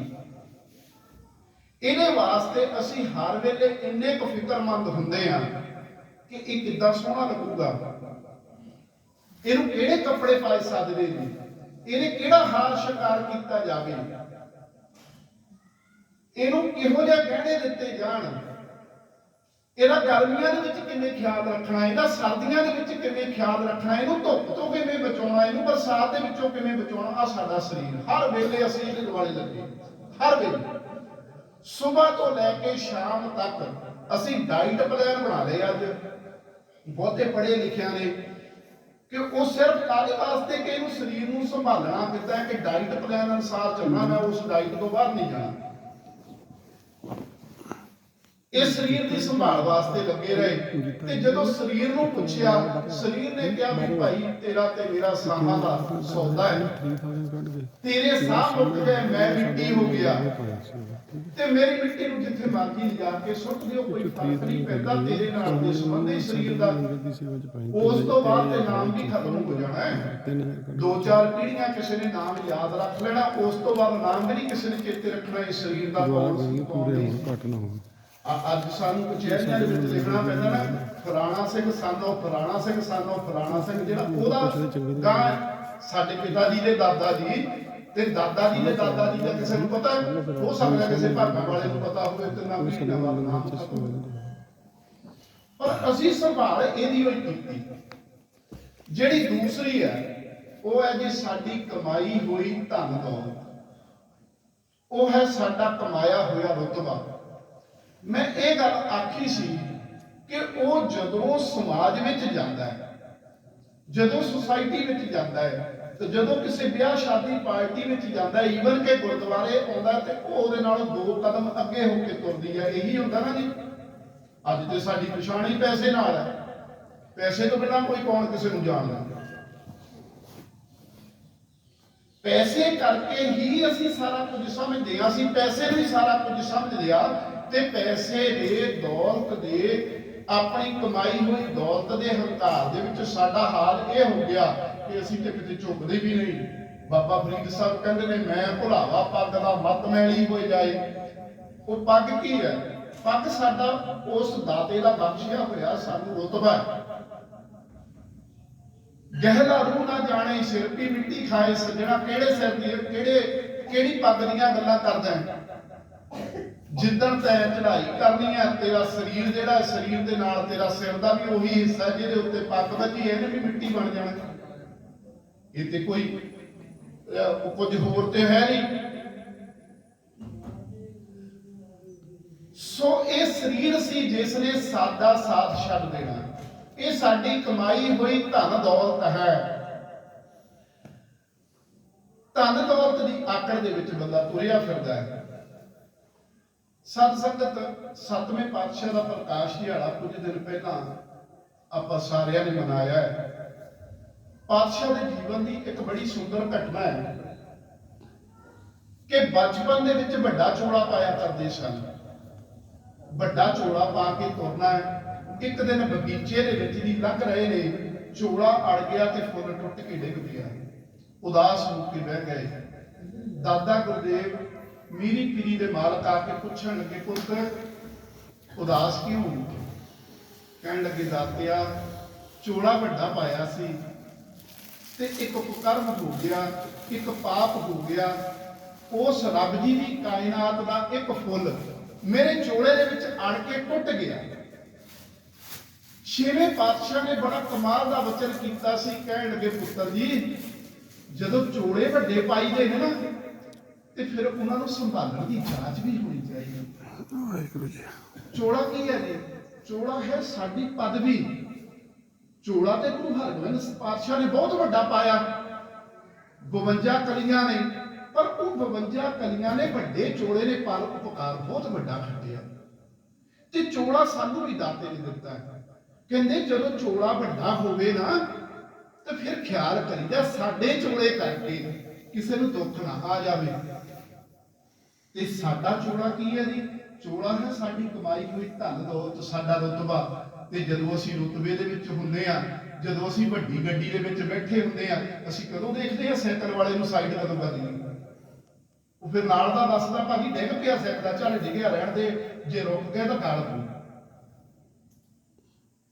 ਇਹ ਸਾਡੀ ਕਮਾਈ ਹੋਈ ਧਨ ਦੌਲਤ ਜਿਹਨੇ ਸਾਡੇ ਸਾਥ ਨਹੀਂ ਜਾਣਾ, ਪਰ ਇਹਦਾ ਹੰਕਾਰ, ਇਹਦਾ ਨਸ਼ਾ ਬੜਾ ਪੈਣਾ। ਇਹਦਾ ਨਸ਼ਾ ਸਾਨੂੰ ਟਿਕਣ ਨਹੀਂ ਦਿੰਦਾ। ਤੇ ਉਹਨੇ ਪੁੱਛਿਆ ਸੀ ਕਿ ਤੀਜੀਏ ਤੂੰ ਦੇਵੇਂਗੀ ਸਾਥ? ਕਹਿਣ ਲੱਗੀ, ਤੇਰੇ ਮਰਨ ਤੋਂ ਬਾਅਦ ਮੇਰੇ ਖਸਮ, ਮੇਰੇ ਮਾਲਕ ਹੋਰ ਬਥੇਰੇ। ਸਤਿਗੁਰੂ ਜੀ ਦੀ ਪਾਵਨ ਬਾਣੀ ਕਹਿੰਦੀ ਹੈ, ਨਾਰ ਮਰੇ ਖਸਮ ਮਰੇ ਤੋ ਨਾਰ ਨਾ ਰੋਵੇ। ਜਿਸ ਔਰਤ ਦਾ ਭਰਤਾ, ਜਿਸ ਔਰਤ ਦਾ ਘਰ ਵਾਲਾ ਚੜਾਈ ਕਰ ਜਾਵੇ, ਉਹਦੇ ਵਿਰਲਾਪ ਦੇਖੇ ਨਹੀਂ ਜਾਂਦੇ। ਪੱਥਰ ਪਿਘਲਾ ਦਿੰਦੇ ਨੇ ਉਹਦੇ ਵਿਰਲਾਪ। ਪਰ ਇਹ ਇੱਕ ਇਹੋ ਜਿਹੀ ਨਾਰ ਹੈ, ਇੱਕ ਇਹੋ ਜਿਹੀ ਔਰਤ ਹੈ ਜਿਹੜੀ ਆਪਣੇ ਪਤੀ ਦੇ ਮਰੇ ਦੇ ਉੱਤੇ, ਆਪਣੇ ਖਸਮ ਦੇ ਮਰੇ ਦੇ ਉੱਤੇ ਰੋਂਦੀ ਨਹੀਂ। ਖਸਮ ਮਰੇ ਤੋਂ ਨਾਰ ਨਾ ਰੋਵੇ। ਕਾਰਨ ਕੀ ਹੈ? ਤਿਸ ਰਖਵਾਰਾ ਔਰ ਹੋਵੇ ਬਾਪੂ ਦਾ। ਜੇ ਪਿਆ ਹੁੰਦਾ ਦਇਆਨੰਦ ਬੈੱਡ ਦੇ ਉੱਤੇ ਤੇ ਪੁੱਤ ਵਕੀਲਾਂ ਦੇ ਕੋਲ ਤੁਰੇ ਫਿਰਦੇ ਹੁੰਦੇ, ਵਸੀਅਤ ਕਿੱਦਾਂ ਬਣਵਾਉਣੀ ਹੈ? ਇਹੀ ਹੁੰਦਾ ਨਾ ਜੀ। ਤੇ ਉਹਨੇ ਫਿਰ ਕਿਹਾ ਸੀ, ਕਹਿਣ ਲੱਗੀ, ਸੱਜਣਾ ਤੂੰ ਮੈਨੂੰ ਜੋੜਿਆ ਤੇ ਬਹੁਤ, ਬੜਾ ਇਕੱਠਾ ਕੀਤਾ, ਅਨੇਕਾਂ ਪਰਪੰਚ ਕਰ ਕਰਕੇ ਤੇ ਮੈਨੂੰ ਠੱਗ ਕੇ ਲੋਕਾਂ ਨੂੰ ਆਪਣੇ ਘਰ ਦੇ ਵਿੱਚ ਲਿਆਂਦਾ ਹੈ। ਆਪਣੇ ਧੀਆਂ ਪੁੱਤਰਾਂ ਦੇ ਉੱਤੋਂ, ਆਪਣੇ ਪਰਿਵਾਰ ਤੋਂ ਮੈਨੂੰ ਵਾਰਦਾ ਰਿਹਾ, ਪਰ ਤੇਰਾ ਤੇ ਮੇਰਾ ਕੋਈ ਮਤਲਬ ਨਹੀਂ। ਮੈਂ ਇੱਕ ਇਹੋ ਜਿਹੀ ਚੀਜ਼ ਹੈ, ਤੂੰ ਮਰ ਜਾ, ਮੇਰੇ ਮਾਲਕਾਂ ਨੇ ਹੋਰ ਬਣ ਜਾਣਾ। ਜੇ ਤੇਰੇ ਪੁੱਤਾਂ ਨੇ ਨਾ ਪੁੱਛੀ ਤੇ ਬੈਂਕ ਦੇ ਵਿੱਚ ਕਈ ਬੈਂਕ ਵਾਲਿਆਂ ਦੀ ਹੋ ਜਾਣੀ। ਉਹਨੇ ਵੀ ਜਵਾਬ ਦੇ ਦਿੱਤਾ, ਜਿਹੜੀ ਕਮਾਈ ਹੋਈ ਧਨ ਦੌਲਤ ਸੀ, ਕਮਾਇਆ ਹੋਇਆ ਸਰੀਰ ਵੀ ਸਾਥ ਛੱਡ ਗਿਆ, ਕਮਾਈ ਹੋਈ ਧਨ ਦੌਲਤ ਵੀ ਜਵਾਬ ਦੇ ਗਈ। ਸਭ ਕਾਸੇ ਨੇ ਸਾਥ ਛੱਡ ਦਿੱਤਾ, ਸਾਹਾਂ ਨੇ ਵੀ ਸਾਥ ਛੱਡ ਦਿੱਤਾ। ਫਿਰ ਵਾਰੀ ਉਸ ਦੀ ਆਈ ਜਿਸ ਨੇ ਆਖਿਆ ਸੀ ਕਿ ਮੈਂ ਤੇਰੇ ਸਾਰੇ ਜਿਹੜੇ ਕਾਰਜ ਨੇ ਨਾ, ਰਹਿੰਦੇ ਕਾਰਜ ਉਹ ਪੂਰੇ ਕਰਾਂਗੀ। ਜਿਹੜੀ ਸਿਆਣੀ ਬੜੀ ਸੀ ਉਹ ਕੀ ਹੈ ਜੀ? ਉਹ ਹੈ ਸਾਡਾ ਭਾਈਚਾਰਾ। ਅਸੀਂ ਇਸ ਸਮਾਜ ਦੇ ਵਿੱਚ ਰਹਿੰਦੇ ਆ। ਆਪਣੇ ਵਿਵਹਾਰ ਦੇ ਨਾਲ ਕਿਹੋ ਜਿਹਾ ਮੇਰਾ ਵਿਵਹਾਰ ਹੈ? ਜੇ ਤੇ ਮੈਂ ਠੱਗੀਆਂ ਕੀਤੀਆਂ ਤੇ ਮੇਰੇ ਚਾਰ ਫੇਰੇ ਠੱਗੀਆਂ ਕਰਨ ਵਾਲਿਆਂ ਦਾ ਘੇਰਾ ਹੋਵੇਗਾ।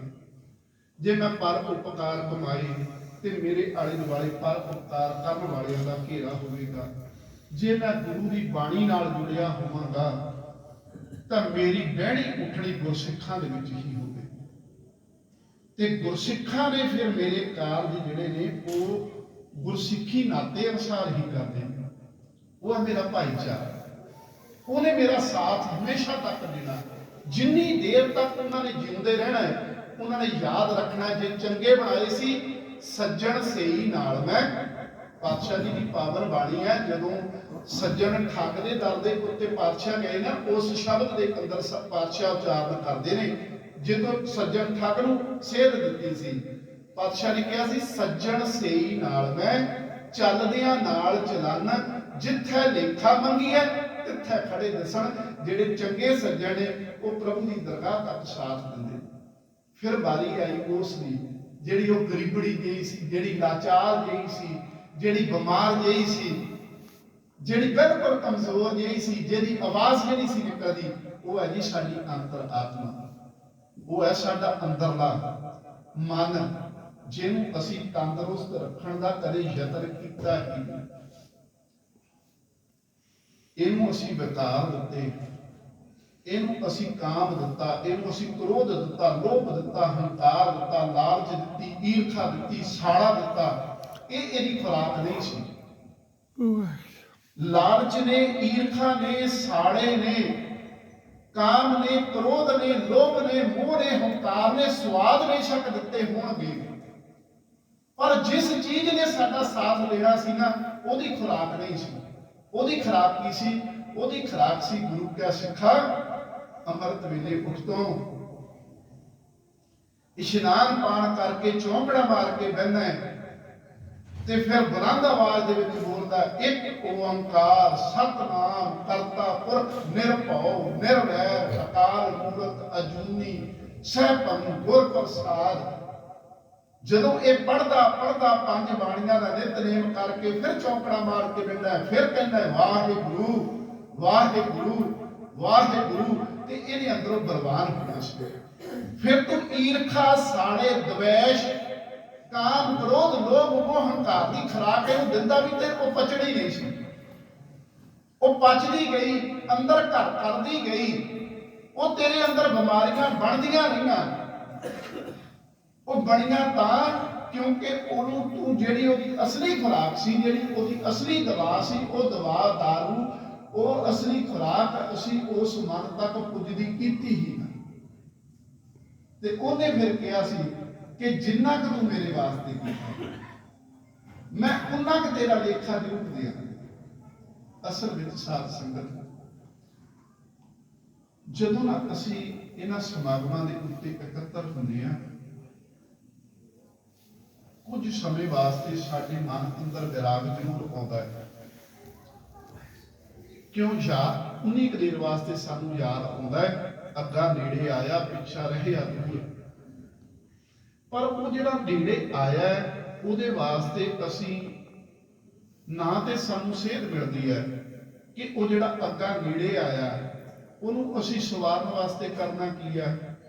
ਕਿਤੇ ਇਹਦੇ ਦਰ ਦੇ ਉੱਤੇ ਆ ਕੇ ਦੋਵੇਂ ਹੱਥ ਜੋੜ ਗਲ ਵਿੱਚ ਪੱਲੂ ਪਾ ਅਸੀਂ ਅਰਦਾਸ ਕਰਦੇ ਆ ਨਾ। ਇੱਥੇ ਜਦੋਂ ਆਉਂਦੇ ਆ ਕੇ ਸਾਰੇ ਅਸੀਂ ਅਰਦਾਸ ਕਰਦੇ ਆ ਅੱਖਾਂ ਮੀਟ ਕੇ।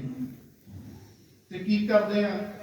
ਬਾਪੂ ਮੇਰੀ ਧੀ ਸੁਖੀ ਰਹੇ, ਮੇਰਾ ਪੁੱਤ ਸੁਖੀ ਰਹੇ, ਮੇਰਾ ਪੁੱਤ ਕੈਨੇਡਾ ਚਲੇ ਜਾਵੇ, ਮੇਰੀ ਧੀ ਕੈਨੇਡਾ ਚਲੇ ਜਾਵੇ, ਮੇਰੇ ਪੁੱਤ ਦਾ ਵਧੀਆ ਵਿਆਹ ਆ ਜਾਵੇ, ਹੋ ਜਾਵੇ, ਘਰ 'ਚ ਚੰਗੀ ਨੂੰਹ ਰਾਣੀ ਆ ਜਾਵੇ, ਨੂੰਹ ਰਾਣੀ ਆ ਗਈ, ਪੁੱਤ ਹੋਣ, ਪੋਤੇ ਹੋਣ। ਫਿਰ ਨਵੇਂ ਸੀ ਉਹਨਾਂ ਲਈ ਅਰਦਾਸਾਂ।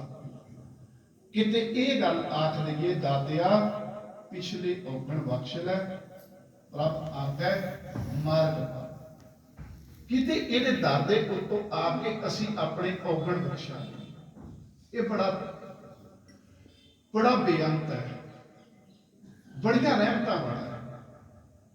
क्योंकि एक ते मन दे विच भरोसा होना चाहिए। अरदास गुरु बाबे ने सानू बहुत वड्डी एक जुगत दिती है। जी की बिरथा होए सो गुर पै अरदास कर। तेरे मन की कोई भी गल इहो जी है जिहड़ी तू किसी नाल नहीं कर सकदा। तेरे मन की किहो जी भी कोई औकड़ है किते इहदे दर दे उत्ते आके जी की बिरथा होए सो गुर पै अरदास कर। इहदे दर दे उत्ते आके अरदास कर दी। अरदास नाल साध संगत जन्म तो आरंभ हो जाती है। सानू सिख रहत मर्यादा दे विच दर्ज है कि जदों तुहाडे घर धी या पुत्र जन्म लैंदा ते सारा परिवार जिद्दण मां उठण बैठण दे योग बन जावे ते उस दिन गुरु घर आउणा है, कड़ाह प्रशाद दी देग लैके इत्थे आके अरदास करनी है। अरदास करन तो बाद फिर हुक्मनामा आउणा है ते उस हुक्मनामे दा पहला अखर जिहड़ा बच्चे दा नाम रखना है। अज सानू थोड़ी काहली हुंदी है क्योंकि अर्जेंट उस वेले लिखाउणा पैंदा। असीं मां दा इंतजार नहीं करदे, परिवार सड़े आ जांदे, अरदास करदे आ ना। ते एक ना ख्याल करियो, बहुत कमाल की गल है। गुरु बाबे ने दो जुगतां सानू दित्तियां। एक है आनंद साहिब जी का पाठ, एक है जी अरदास। घर बच्ची बच्चे ने जन्म लिया, असीं गुरु घर आए, इत्थे आके बाणी पढ़ी किहड़ी जी, आनंद भया मेरी माए सतगुरु मैं पाया। फिर कीती अरदास, हुक्मनामा लिया ते असीं बच्चे दे जन्म दा शुकराना कीता। ਉਹ ਧੀ ਪੁੱਤ जवान होया, ਉਹਦੇ ਵਿਆਹ ਸ਼ਾਦੀ ਚਾਰ ਨਾਵਾਂ ਦਾ ਪਾਠ ਵੀ ਕਰ ਲਈਏ ਨਾ ਜੀ। ਅੱਬਲ ਤਾਂ ਜਿਹੜਾ ਅਸੀਂ ਪੈਰਿਸ ਦੇ ਵਿੱਚ ਅਡੰਬਰ ਕਰਦੇ ਹਾਂ, ਕੀ ਉਹਦੇ ਨਾਲ ਵਿਆਹ ਸੰਪੂਰਨ ਹੋ ਜਾਂਦਾ? ਨਹੀਂ, ਉਹ ਤੇ ਸਿਰਫ ਅਸੀਂ ਐਵੇਂ ਲੋਕ ਦਿਖਾਵੇ ਵਾਸਤੇ ਆ ਨਾ। ਵਿਆਹ ਸੰਪੂਰਨ ਕਿੱਦਾਂ ਹੁੰਦਾ ਹੈ? ਚਾਰ ਨਾਵਾਂ ਦਾ ਪਾਠ ਹੋਣ ਤੋਂ ਬਾਅਦ ਵੀ ਵਿਆਹ ਸੰਪੂਰਨ ਨਹੀਂ। ਵਿਆਹ ਦੀ ਸੰਪੂਰਨਤਾ ਵਾਸਤੇ ਫਿਰ ਉਹੀ ਗੱਲ ਹੈ, ਕੜਾਹ ਪ੍ਰਸ਼ਾਦ ਦੀ ਦੇਗ, ਆਨੰਦ ਸਾਹਿਬ ਜੀ ਦਾ ਪਾਠ ਤੇ ਅਰਦਾਸ। फिर सानू कोई विपता आउंदी है, कोई माड़ी घटना वापरदी है, असीं आउंदे आ दादिया मेरे ते आ विपता आ गई। फिर अरदास है, गल फिर होई है कड़ाह प्रशाद दी देग ते आनंद। को विपता दी घड़ी विच भी असीं यही कहने आनंद भया मेरी मां, ते वो विपता टल जाती है। फिर असीं शुकराने की अरदास करन आउंदे आ, फिर वही कड़ाह प्रशाद दी देग, वही आनंद साहिब दा पाठ, फिर वही कि आनंद भया मेरी मां। फिर साडे घर कोई माड़ी घटना वापर जाती है, साडा कोई शरीर साथ छड्ड जाता है, चढ़ाई कर जाता है। ख्याल किया जी कदे जदों असीं शमशान घाट नूं जांदे आ, रूम दे बिलकुल कई कोई बिल्कुल कोई इहो जी घटना वापर जाए, बहुत ज़्यादा दुखदाई होवे ते बच्चों के बरलाप, परिवार के बरलाप देखे नहीं जाते। ते कई बार यह कहा जाता जिन्नी जल्दी संस्कार कर दो चंगी गल है, इन्हों सामना बच्चों बड़ा औखा हो जाता है। कई बार रात कढ़नी पै जाए बड़ी मुश्किल होती है। पर वो जो परिवार बिरकदा जाता सी उधर नूं, वो जो इत्थे आउंदा, अलाणियां दा पाठ वैसे तो सिख रहत मर्यादा विच ते नहीं, पर असीं एक रवायत बना ली। असीं आउंदे आ गुरु घर ते इत्थे आके वो सारा ही परिवार जिहड़ा रोंदा सी, बिरकदा सी, वो फिर की पढ़दा जी, आनंद भया मेरी मां। थोड़ी देर पहलां ते असीं बिरकदे सी ते गुरु बाबे ने सानूं किहो जी जुगती बख्शी। असीं इत्थे आके कहंदे आनंद भया मेरी मां सतगुरु मैं पाया। इत्थे आके फिर कोई खट्टा या कुछ होर इदां दी चीज नहीं कि कोई बद सगनी वाली नहीं, इत्थे उही सगन वाली कड़ाह प्रशाद दी देग फिर हाजिर।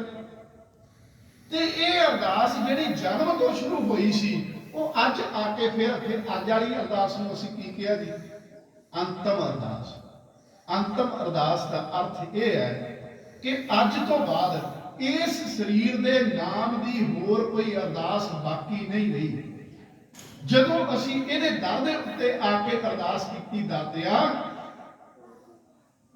तेरे दर दा बरसाया होया प्राणी, साडे परिवार दा जिहड़ी जी तेरे दर दे उत्ते आ गया, इस विछड़ी हुई रूह नूं अपने चरनां दे विच निवास बख्शी, आवागौण तो बचा के रखी, पिछे परिवार नूं भाणा मनण दा बल बख्शी। ये अंतम अरदास। इस तो बाद फिर कोई अरदास रह नहीं जाती। असीं भोग की अरदास करते हैं, गुरपुरब मनाउने आ, कोई होर प्रोग्राम भी करते हैं, रबता की अरदास होती है। भोग वाले दिन असीं ये नहीं कहते भाई साहब जी हुण अंतम अरदास कर दिओ, नहीं, असीं कहते भोग की अरदास। पर अज जिहड़ी अरदास है अंतम अरदास। सतगुरु कृपा करे ਦਇਆ ਕਰੇ, ਰਹਿਮਤਾਂ ਦੇ ਘਰ ਵਿੱਚ ਆ ਕੇ ਸਾਡੇ ਜੀਆਂ ਦੇ ਉੱਤੇ ਐਸਾ ਪਰ ਉਪਕਾਰ ਕਰੇ। ਸਾਡੀ ਰਹਿੰਦੀ ਆਗਿਆ ਗੁਰੂ ਦੱਸੇ ਆਸ਼ੇ ਅਨੁਸਾਰ, ਹੁਕਮ ਰਜ਼ਾਈ ਚੱਲਣਾ, ਨਾਨਕ ਲਿਖਿਆ ਨਾ। ਅਸੀਂ ਇੱਕ ਵਾਰ ਕਹਿ ਦਿੱਤਾ ਦਾਤਿਆ ਅਸੀਂ ਤੇਰੇ ਜੋਗੇ, ਜੇ ਇਹ ਕਹਿ ਦਿੱਤਾ ਅਰਦਾਸ ਕਰ ਦਿੱਤੀ ਦਾਤਿਆ ਤੇਰੇ ਜੋਗੇ, ਤੇ ਫਿਰ ਆਪਣੇ ਜੋਗੇ ਨੂੰ ਬਚਾਉਣ ਵਾਸਤੇ ਗੁਰੂ ਉੱਥੇ ਵੀ ਜਾ ਖੜਾ ਹੁੰਦਾ ਜਿੱਥੇ ਖੜਾ ਗੁਰੂ ਕਦੇ ਸ਼ੋਭਾ ਨਹੀਂ ਦਿੰਦਾ।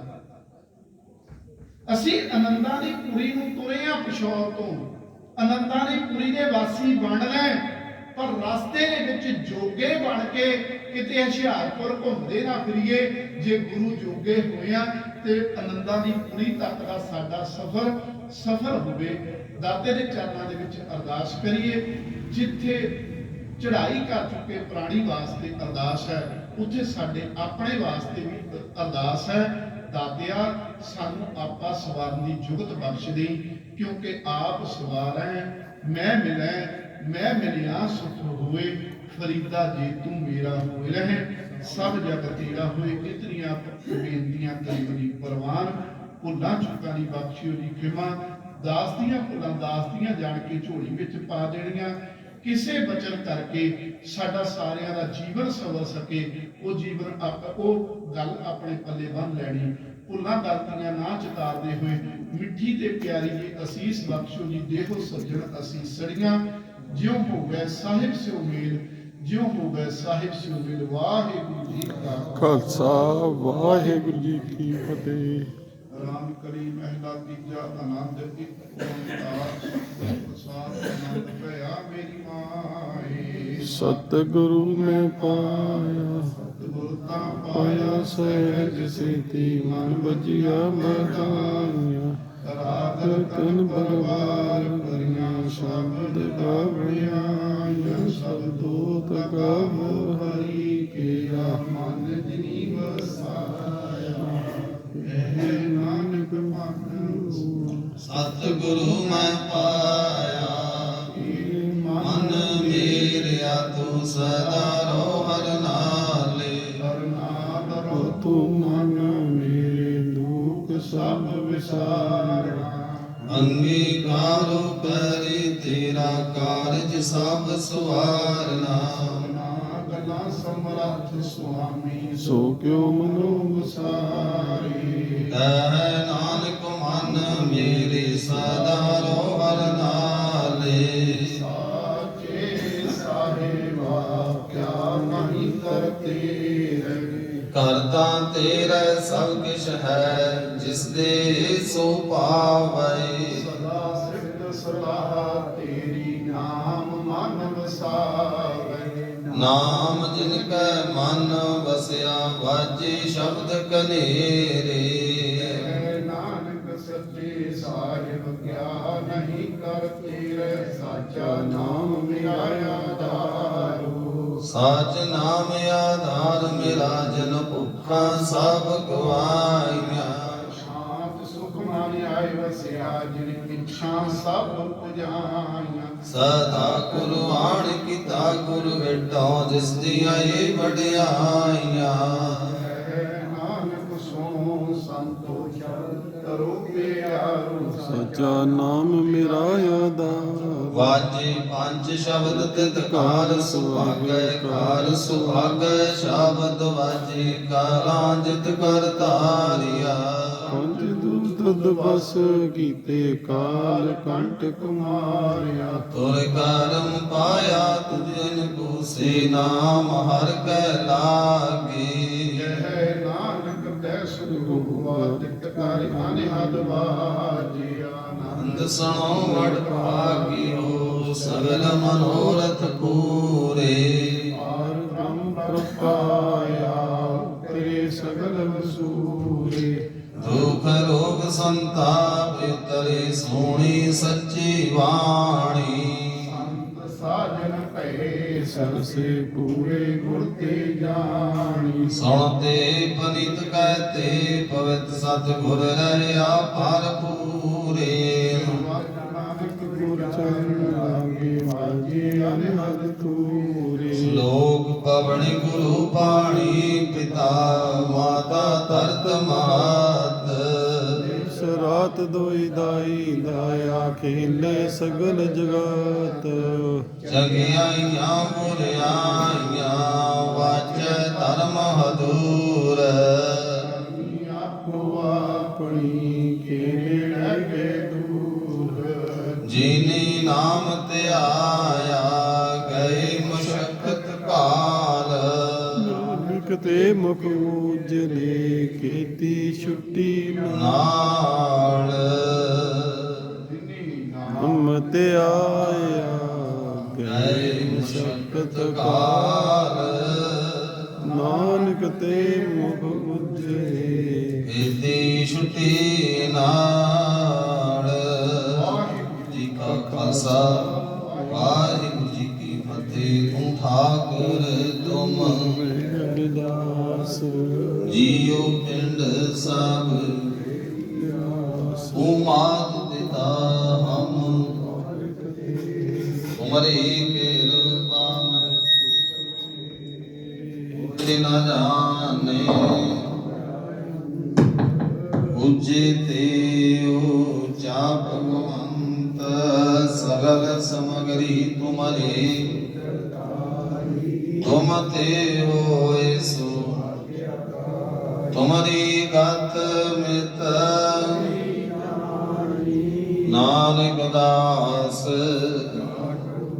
ਤੁਧ ਆਗੀ ਅਰਦਾਸ ਜੀਉ ਪਿੰਡ ਸਭ ਕਹੋ ਨਾਨਕ ਸਭ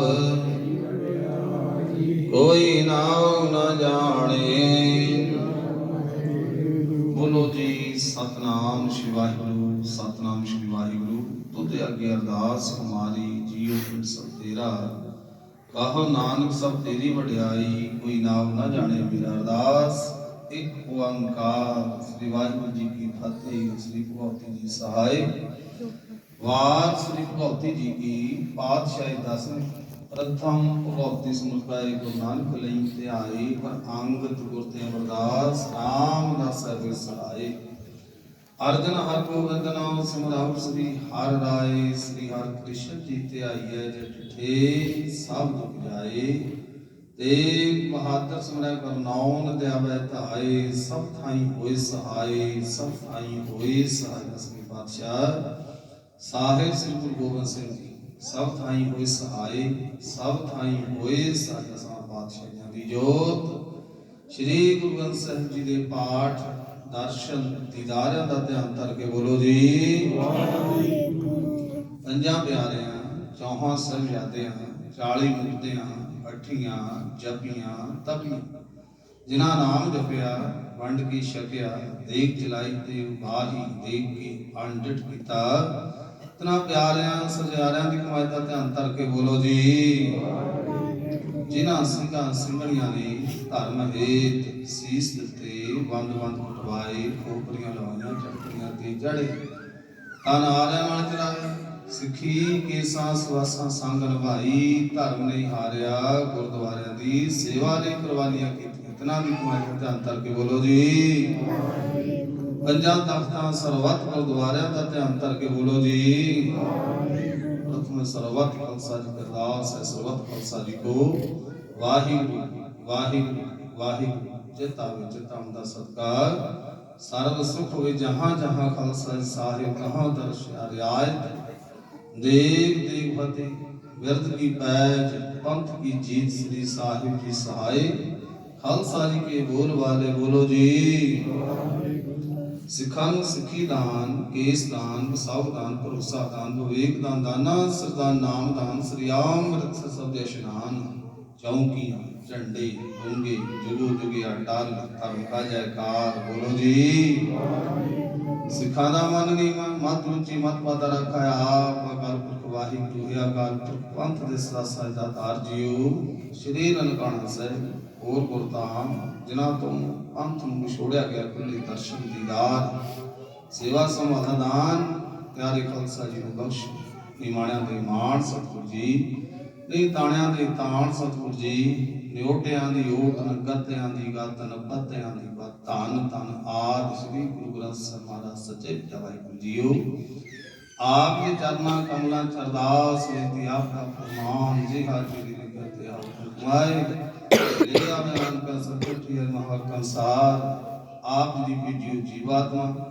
ਮਾਤਾ ਕੁਲਵਿੰਦਰ ਕੌਰ ਪਤਨੀ ਸਰਦਾਰ ਟਹਿਲ ਸਿੰਘ ਜੋ ਮਹਾਰਾਜ ਜੀ ਆਪਣੇ ਜਿੰਨੀ ਸਵਾਸਾਂ ਦੀ ਪੂਜੀ ਬਖਸ਼ਿਸ਼ ਦੀ ਭੋਗਦੇ ਹੋਏ ਕੋਈ ਦਿਨ ਪਹਿਲਾਂ ਆਕਾਲ ਚਲਾਣੇ ਕਰ ਆਤਮਾ ਦੀ ਸ਼ਾਂਤੀ ਵਰਤ ਪਰਵਾਰਾ ਵੱਲੋਂ ਤੁਰਕੀ ਬਾਣੀ ਆਏ ਤਾਂ ਸਭੀ ਚਿੰਤ ਮਟਾਈ ਪਵਿੱਤਰ ਸ੍ਰੀ ਸਾਹਿਬ ਪਾਠ ਆਰੰਭ ਕਰਾਏ ਸਨ ਆਪ ਦੀ ਪਾਰ ਅੰਤਰਾ ਸੰਪੂਰਨ ਭੋਗ ਪਾਏ ਗਏ ਪਰੰਤ ਕਥਾ ਵਿਚਾਰਾ ਹੋਈਆਂ ਸ਼ੇਖ ਪੌੜੀਆਂ ਦਾ ਸੰਤਿਜਾਬ बड़ी सुनी बाणी सचखंड परवान करनी बड़ी सुन बंद लाभ पिछली आत्मा बचाना पिछली आत्मा अपने चरना कमलों के नाल ला के 84 गुना तो बचा के पिछे परिवारां नूं भाणा मनता बल बुद्धि दे आरोग्य सच्चे पिता वे सेवक पुरारा आपके बख्शण दाता विचों सोने प्रेम शक्ति हाजिर अपने लायकां ने सेवकां दे लोक पलोक पढ़ते टंग सच्चे पिता वे पाठी संधि दीप का ते व्यात माया वास्ता लगे हाजिर मुझे जना कहना जमाया वस्त्राय सो ज्ञानी करते हैं कोई प्रभु से उपरार गुरु दे लंगरा वास्ते व्यात माया सच्चे पिता वाहिगुरू जीओ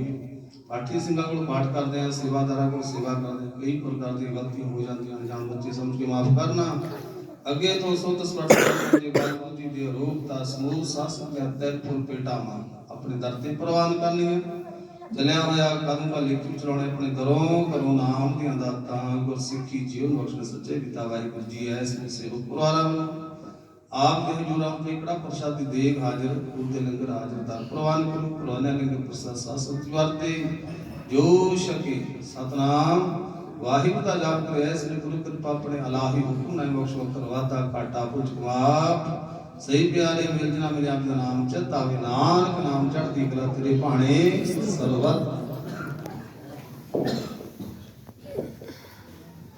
वाहिगुरू जी का खालसा वाहिगुरू जी की फतेह दोहराया गया भई अकाल की सब सिखन को हुक्म है गुरु मान्यो गुरु ग्रंथ जी मान्यो जो प्रभ को मिलम चाहे भूज शब्द में राज करेगा खालसा आकी रहेगा खुआर हुए सौरग बचे शरण जो वाहिगुरु नाम जहाज है चढ़े सो तरे जो शरदा कर सेवदी दुर्बार उतारन बोले